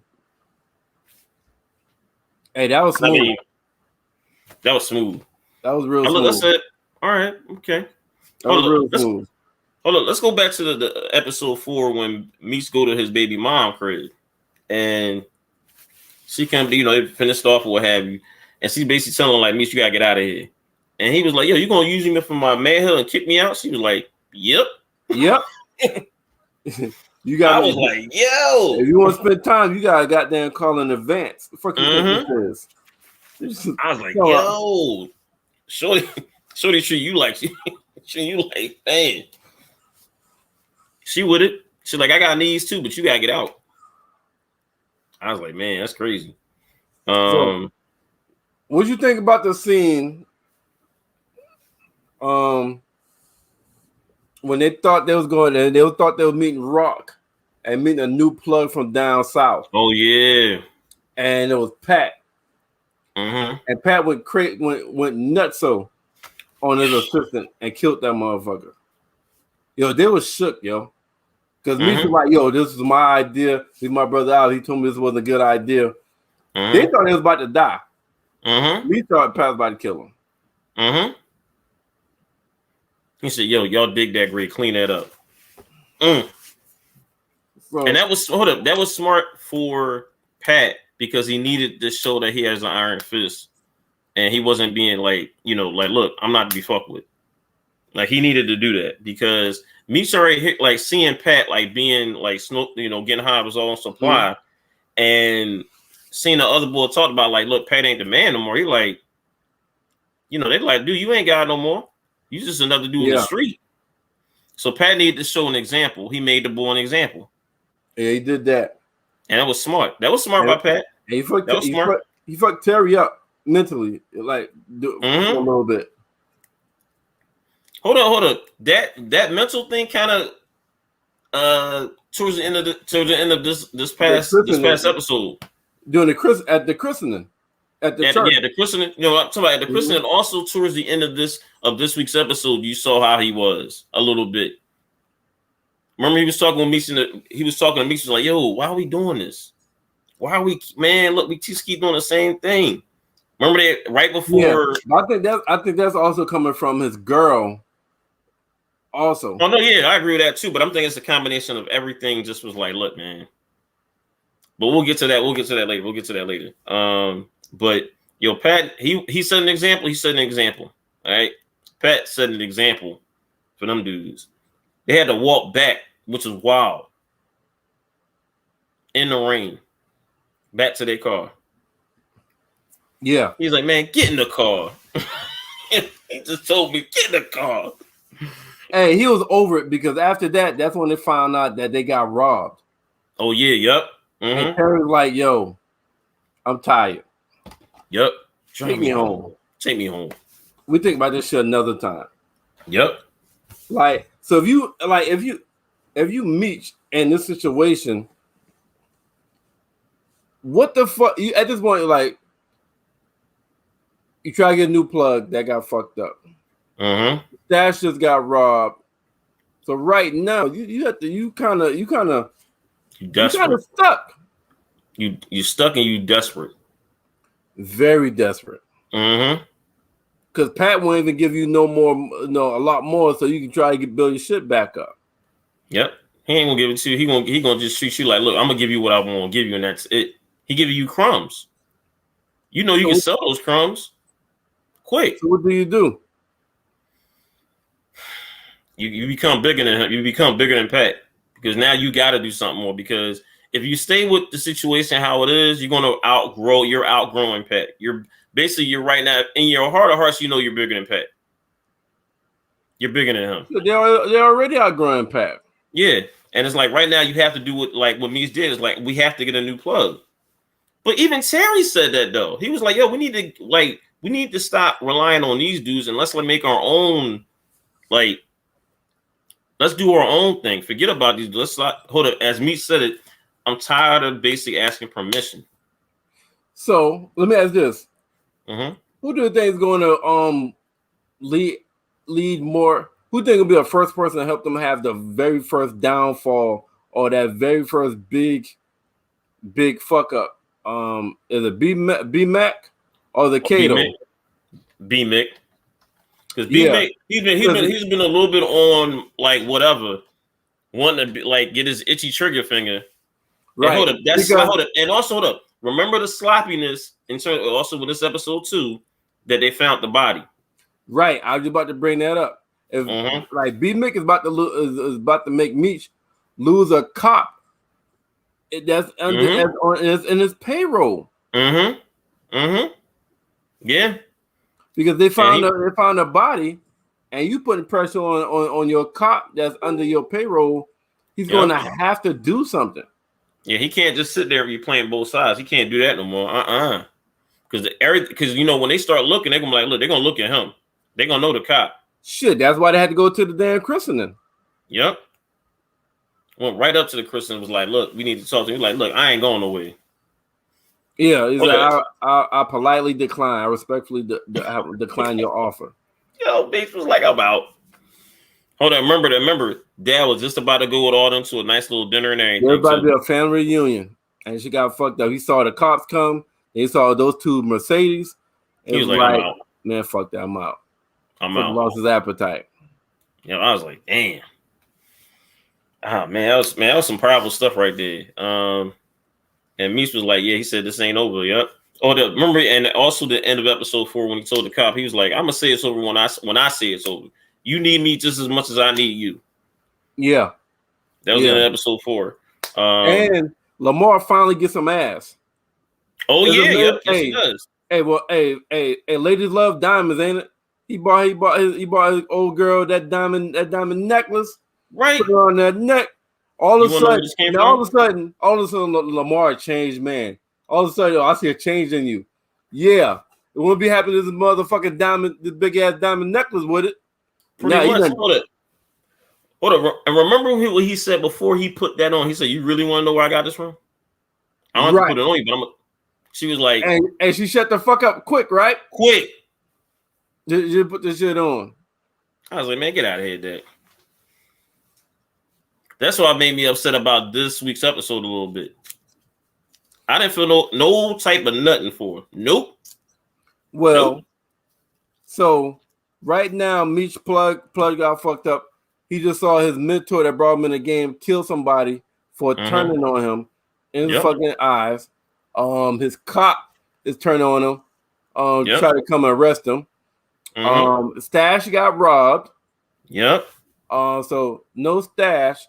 So right now, you in a desperate fucking situation, and you still got to figure out who the fuck told him about the stash. How the fuck they found about the stash, right? Because you got to find that out. You got to find that plug. You got to find that. You got to plug that leak. Because Terry and Misa got to find that, because they be like, look, there's only a couple people here. There's only 5 people here, so they know other 5 people. Somebody got to do it. And now I'm thinking, does Kato kill B Mick and make him look like the leak? But here's what I'm getting to, right? Because in season 4, at the end of episode 4, this motherfucker is desperate. And what do desperate people do? Desperate things, desperate shit. Mm-hmm. Desperate people do desperate shit. And he pulled the ultimate desperate shit, where Taison did predict this in like episode 1 or 2. He was like, yo, that's his weakness. That's Lamar's weakness right there. Taison said it. I won't give a fuck. All right? Because usually it's me that's predicting shit. Yeah, you are. This motherfucker. And when I ain't gonna lie, when you said that shit, I'm like, okay, what's the relevance? And like you said, that is that girl and his daughter is his weakness, and you see that coming back and biting him so at some point. So go ahead. No. Go finish.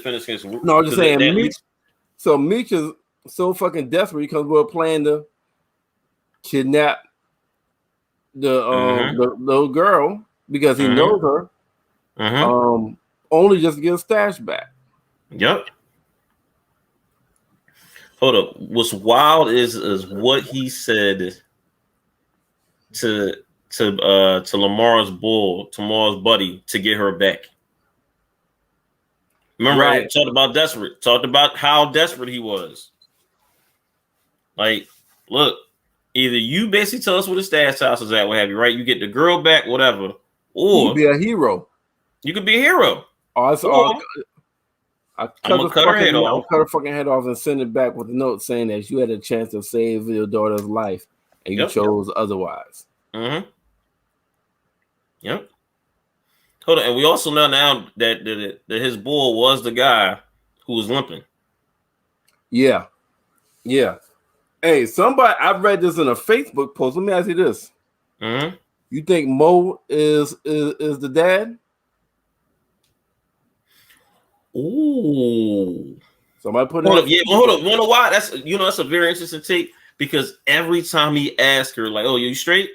You good?" Yeah. Like, hold up, and she don't say nothing. I'm like, because remember I think we asked about that the first episode, right?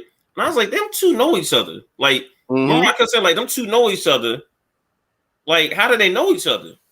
And he was like, "No, you good." I'm thinking like, hold up, you know what's crazy? We never see her make eye contact with the guy. Yeah. So there was a question on Facebook wondering, is he the father? Because it's like as soon as he saw the girl. Oh. It's like as soon as he saw the girl. Look at the complexion of the girl. I didn't really think about this just now. And then look at his bum like she's a little lighter. That would make sense. It's a little lighter. Ooh, I wonder. Ooh. We gonna table that. So I said, that didn't come from me. Somebody saw it in a Facebook group. Ooh, that's a good one. Hold, because if it is, that could be the downfall of Lamar. Oh, that'll fuck him up. That was so fuck him up. You imagine your boy father the kid, and he knew and she knew. Yeah, and so this whole episode is them trying to get their daughter back, right? So let me ask this: do you think Lamar would kill Slick for giving him the stash for Zoe? No, because because he got her back, and he could that's still his way to get to what's the girl's name? His girlfriend. What have that's still he can still try to get back to her that way. What have you? Right? He gonna just write it off with like, all right, you looking out. At least I got her back. Because he can always say, well, look, even though you get the stats out, I remember, is this what the other guy talking about? Like, you're basically took this personal instead of like a business thing, what have you. And I think Lamar's guy was like, look, I looked out for her, what have you. And I think Lamar's gonna give him a pass. I think if it was anybody else in this crew, I think Lamar would be like, no, he did. I think he's gonna give Bo a pass. And I wonder what's gonna happen when the guys find out that he did that. Yeah. Because your boys are like, hold up, you giving him a pass? If that was one of us, we'd be dead. Because when he called, here's the other thing. He called Meech from Cato phone. Yeah, which was wild. But everybody talking about he gonna look at call ID. This is the 80s, people. There was no fucking call ID in the 80s. No, there's no call ID. You can't just go back and look at phone. You can't go back and do all that. There's no call ID. But can't look at that at all. When he was talking to him, Lamar act like he didn't get. Well, Lamar's like, "Yo, I don't give a fuck what you do. You're not getting the stash back." Lamar said, "Do what the fuck you gotta do, but you're not getting the stash back." Ain't that wild? So I'm like, does that mean you don't care if he killed a little girl?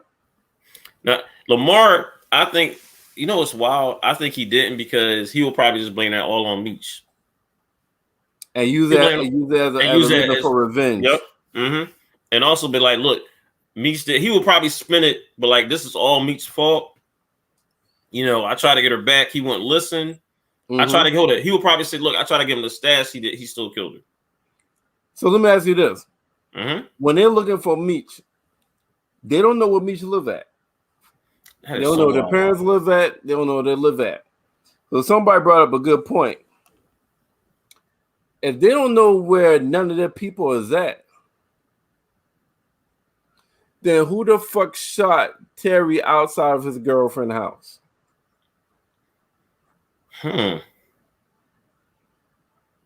So either it's not Lamar or it's on fucked up right. It's either not Lamar, it's somebody on the inside, or it's on fucked up writing. Remember, because you did of his girlfriend house. Oh yeah, yep. You know what? Yeah, you're right. Yeah, who? So yeah, because you're right. Lamar did. Yeah, because they was like, I don't know where none of them live at. They don't know. They don't know any house to go to. Anybody house to go to search for him. Oh yes, that puts Lamar completely out. But like I said, or it might be fucked up writing. Well, they didn't really think about that. I hope it's not fucked up right, because that would be if this is to let us know, like for people like people who caught that was like, all right, so Lamar ain't do it. Could it be like the inside job? And could it be B Mick? B Mick had been planning this from the gate. And hold on, that's why I said, like, to me, it would be smart if Kato be the one to kill B Mick because of two things. She would get the trust of Meats and T. She'd be like, all right, he's the one that basically was giving the information to Lamar. And also, you want to give somebody to the cops in terms of the body, there go B Mick right there. There's a guy right there. You can kill two birds with one stone with getting B Mick out the way, for real. And also, something like I said, he don't want to give the stash house. Hold on, remember, Meese kept saying, like, yo, man, where was you at? I was in the hospital with my mom. He's looking suspect too. And Meese, hold up, Meese wants a hold up. Imagine if Lamar got he's got a hold of B Mick too as well. So imagine now he only got one snitch in there. He got two of them in there now, and they just don't know about one another.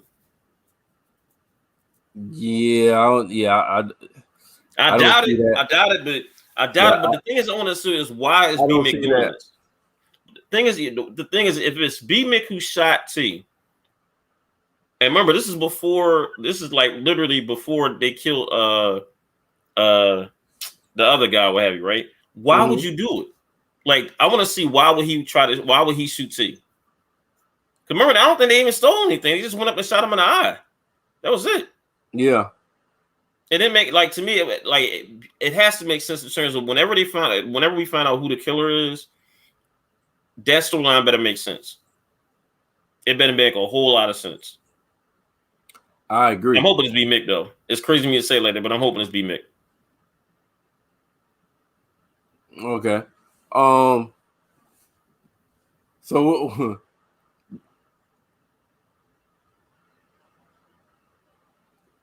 Meech told in this episode, Meech told Terry.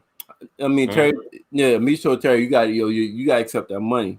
If not, you're going to put our business on Front Street. There's going to be a lot more people looking at what the fuck we're doing. And he was like, man, he only offered me $25,000. I make that shit in a day. He right. He put that's why I said it was wild for T to say like what he said is like T not willing to step away from that cash. He can sit there and say that whole talk that we heard at the end of the episode. But T, you can get that in one day. You talk about you want to step away. You told your girl that whole speech last episode. I love the hustle. I love the game. Like, hold up. As a celebration of today for Paid in Full being released in theaters, like you were like Mitch, man. Like you love the hustle. You love the game. Whether you like it or you don't. You don't want to be like his whole like brain, how it functions is like he don't want to go back to just being regular. He don't want to be like, I hate to say, he don't want to be like how his dad is. I think he's trying to double up. I think he's trying to get like 200,000 to like a 250,000 lawsuit from the hospital. Oh yeah, and he want to make his street money. He want to do both. Yep. Yeah. But yeah, you gonna have to choose. And I mean, shit. They just had to have. Well, he did it on his own. But Mitch just had to pay the mortgage to keep him out of foreclosure. I'm thinking 25,000 might fuck around and pay that house off. You think about 1985? Where they was looking at? Yep. Houses being that expensive. Nope. He said he just pay the house off and be done. But I think it's like with Terry is I think he just is Terry I think is the money. He can say what he want. Like Meech, he He is. Meech is flashy, but still Terry's about the money. Yeah, I agree. I really like that scene when they were supposed to meet with Big L at the bar, and they were looking for somebody in blue, but they were looking for a nigga. Mm-hmm. So Meech saw her and just tried to holler, have his cash out and shit like that. Yep. She wasn't impressed. And she was like, "Now I buy my own shit. I don't need you to buy shit." And then she approached Terry. Terry was like, "Nah, I ain't even like that." It was like, "What's his name again?" It said, "I actually didn't say it." Yo, you have a good night. Yeah. And bounce, which impressed her. Mm-hmm. So both of them bring their own value. They just gotta work together better, man. We have not seen them like legit, literally, and it's crazy. Now we're seeing like how this show is.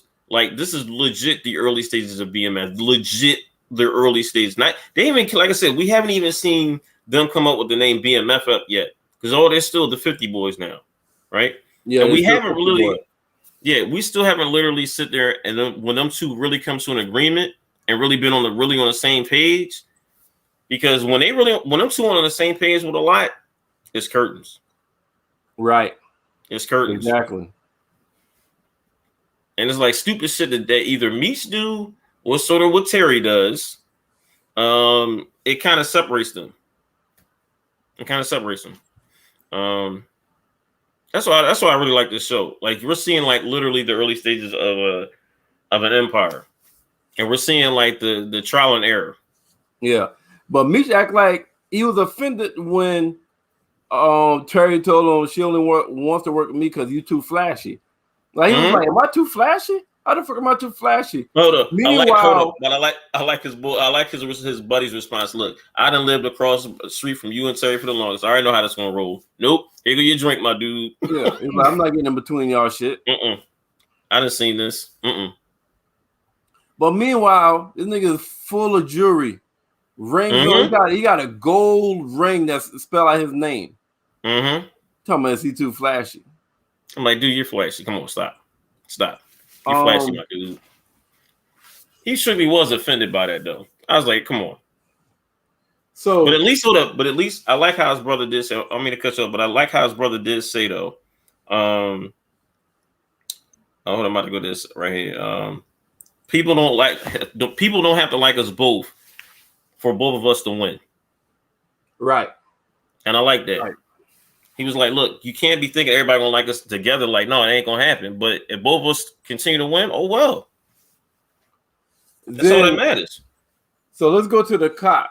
The white his partner brings in a witness to somebody. And he's got all the criminals in there, not realizing it was the cop he saw. Throw J Moore in. Yep, you saw that, right? Right when he left, I was like, oh shit. Yep, he knew. He was like, damn. But then when him and partner went back to the house, he didn't holler at Meech. Meech got rid of him. Quick. So two things. What do you think will happen next episode? Because the partner saw him talking to Meech. Yeah.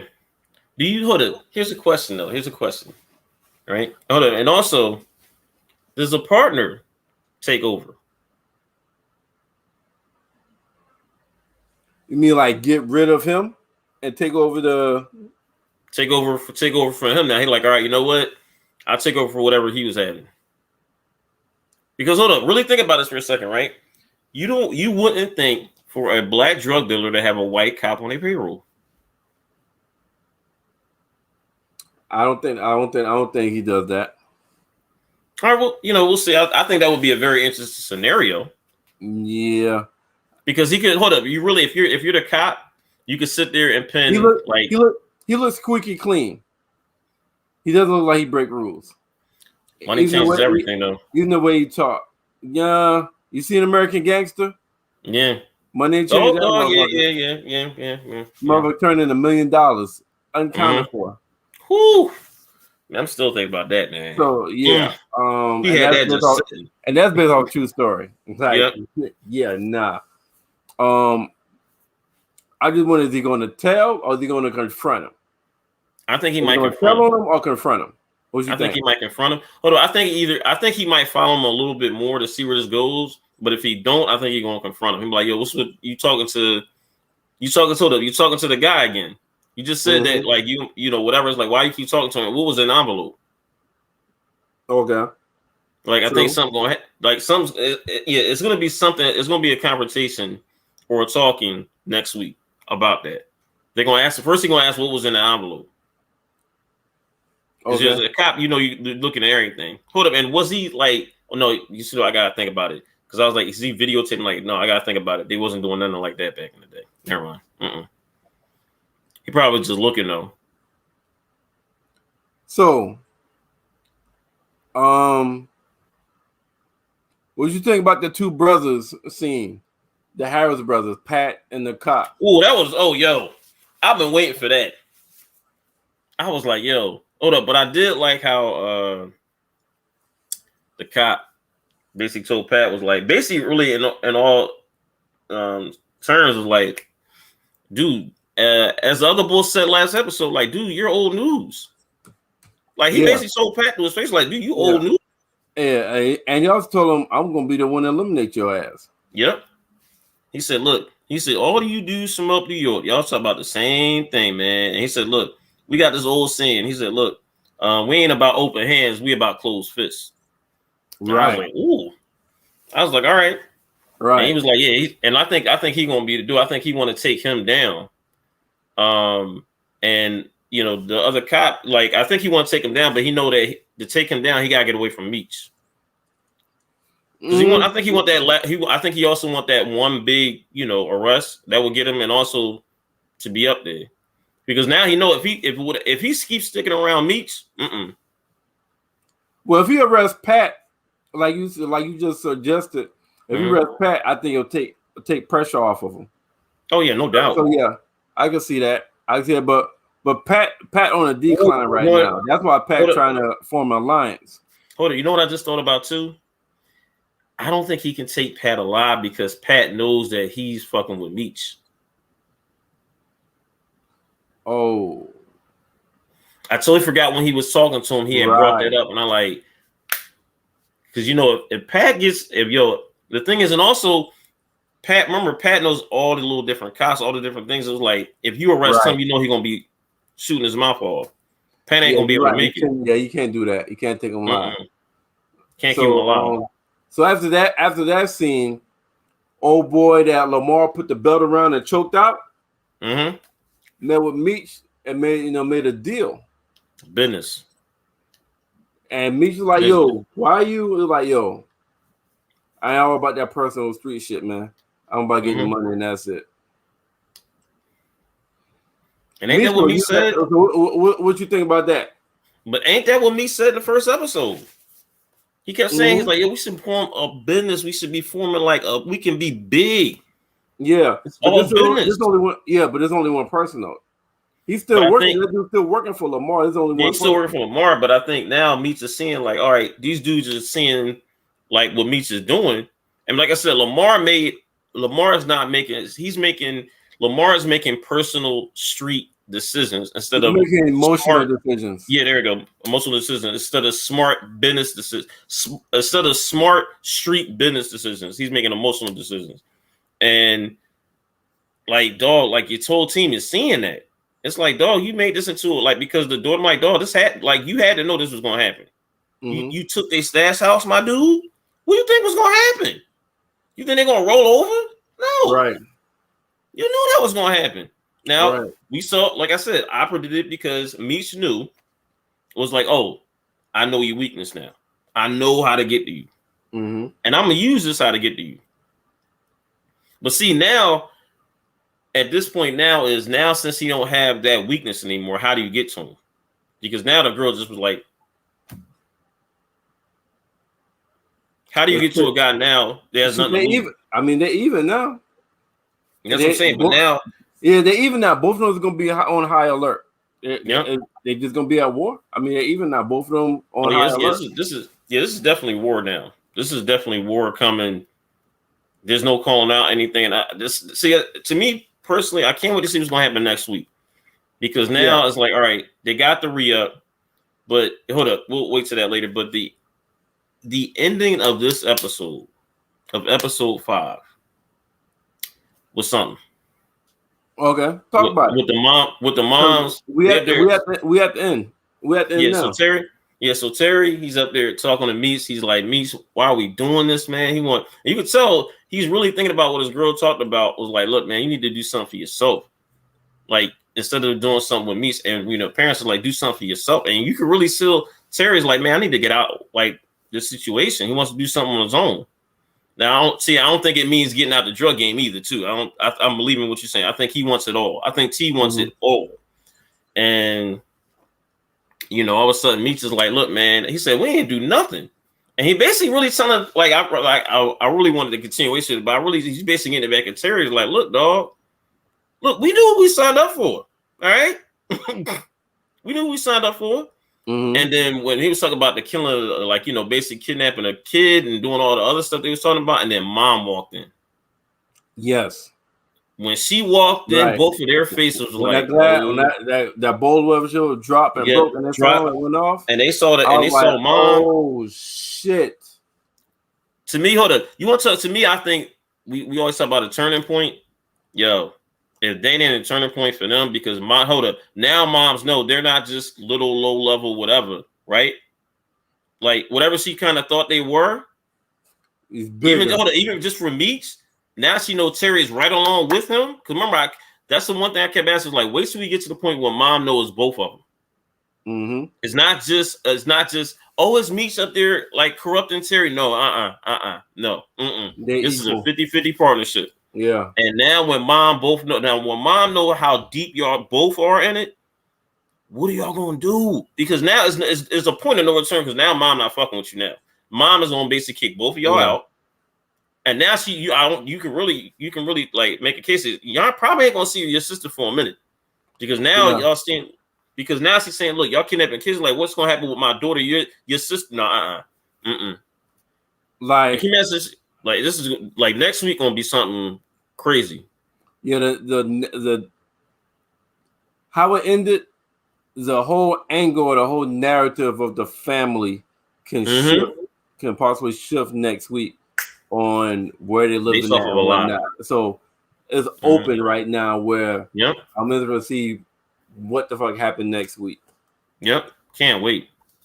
So, hey man, we at the 2-hour 10 mark. We covered everything. We did a Halloween edition of characters, movies, TV shows, and all that. Covered the last two episodes of BMF. Yeah. We just wrapped up the very last scene of the last episode. I don't have anything else, man. That we got it. We hit everything. Yeah, I don't have nothing to add. That was just such a powerful scene at the end of this past episode. Yeah, that was powerful. It's definitely going to be a rollover into next week. So, yeah, man, I'm good. Let's see. Shout out to Tina B in the comments tonight.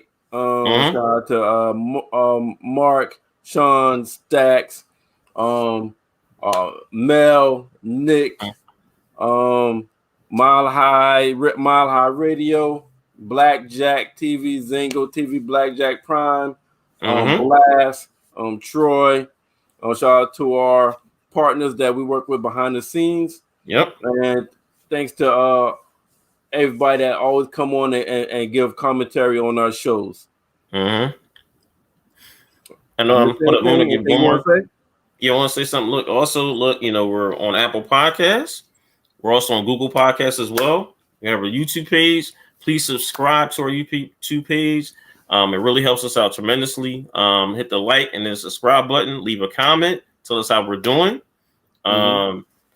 Look, I tell you this every week, but look, y'all could be anywhere in the world. Y'all could be listening to anything or watching anything, but y'all here rocking with us. Thank you very much for doing so each and every week, listening to the guys podcast, Sunday through Wednesday. Tomorrow's, podcast is gonna be something. And look, we're almost to 1,000 members on the Facebook page. I think that's tremendous. And we're basically like not over 900 and growing, continuously growing.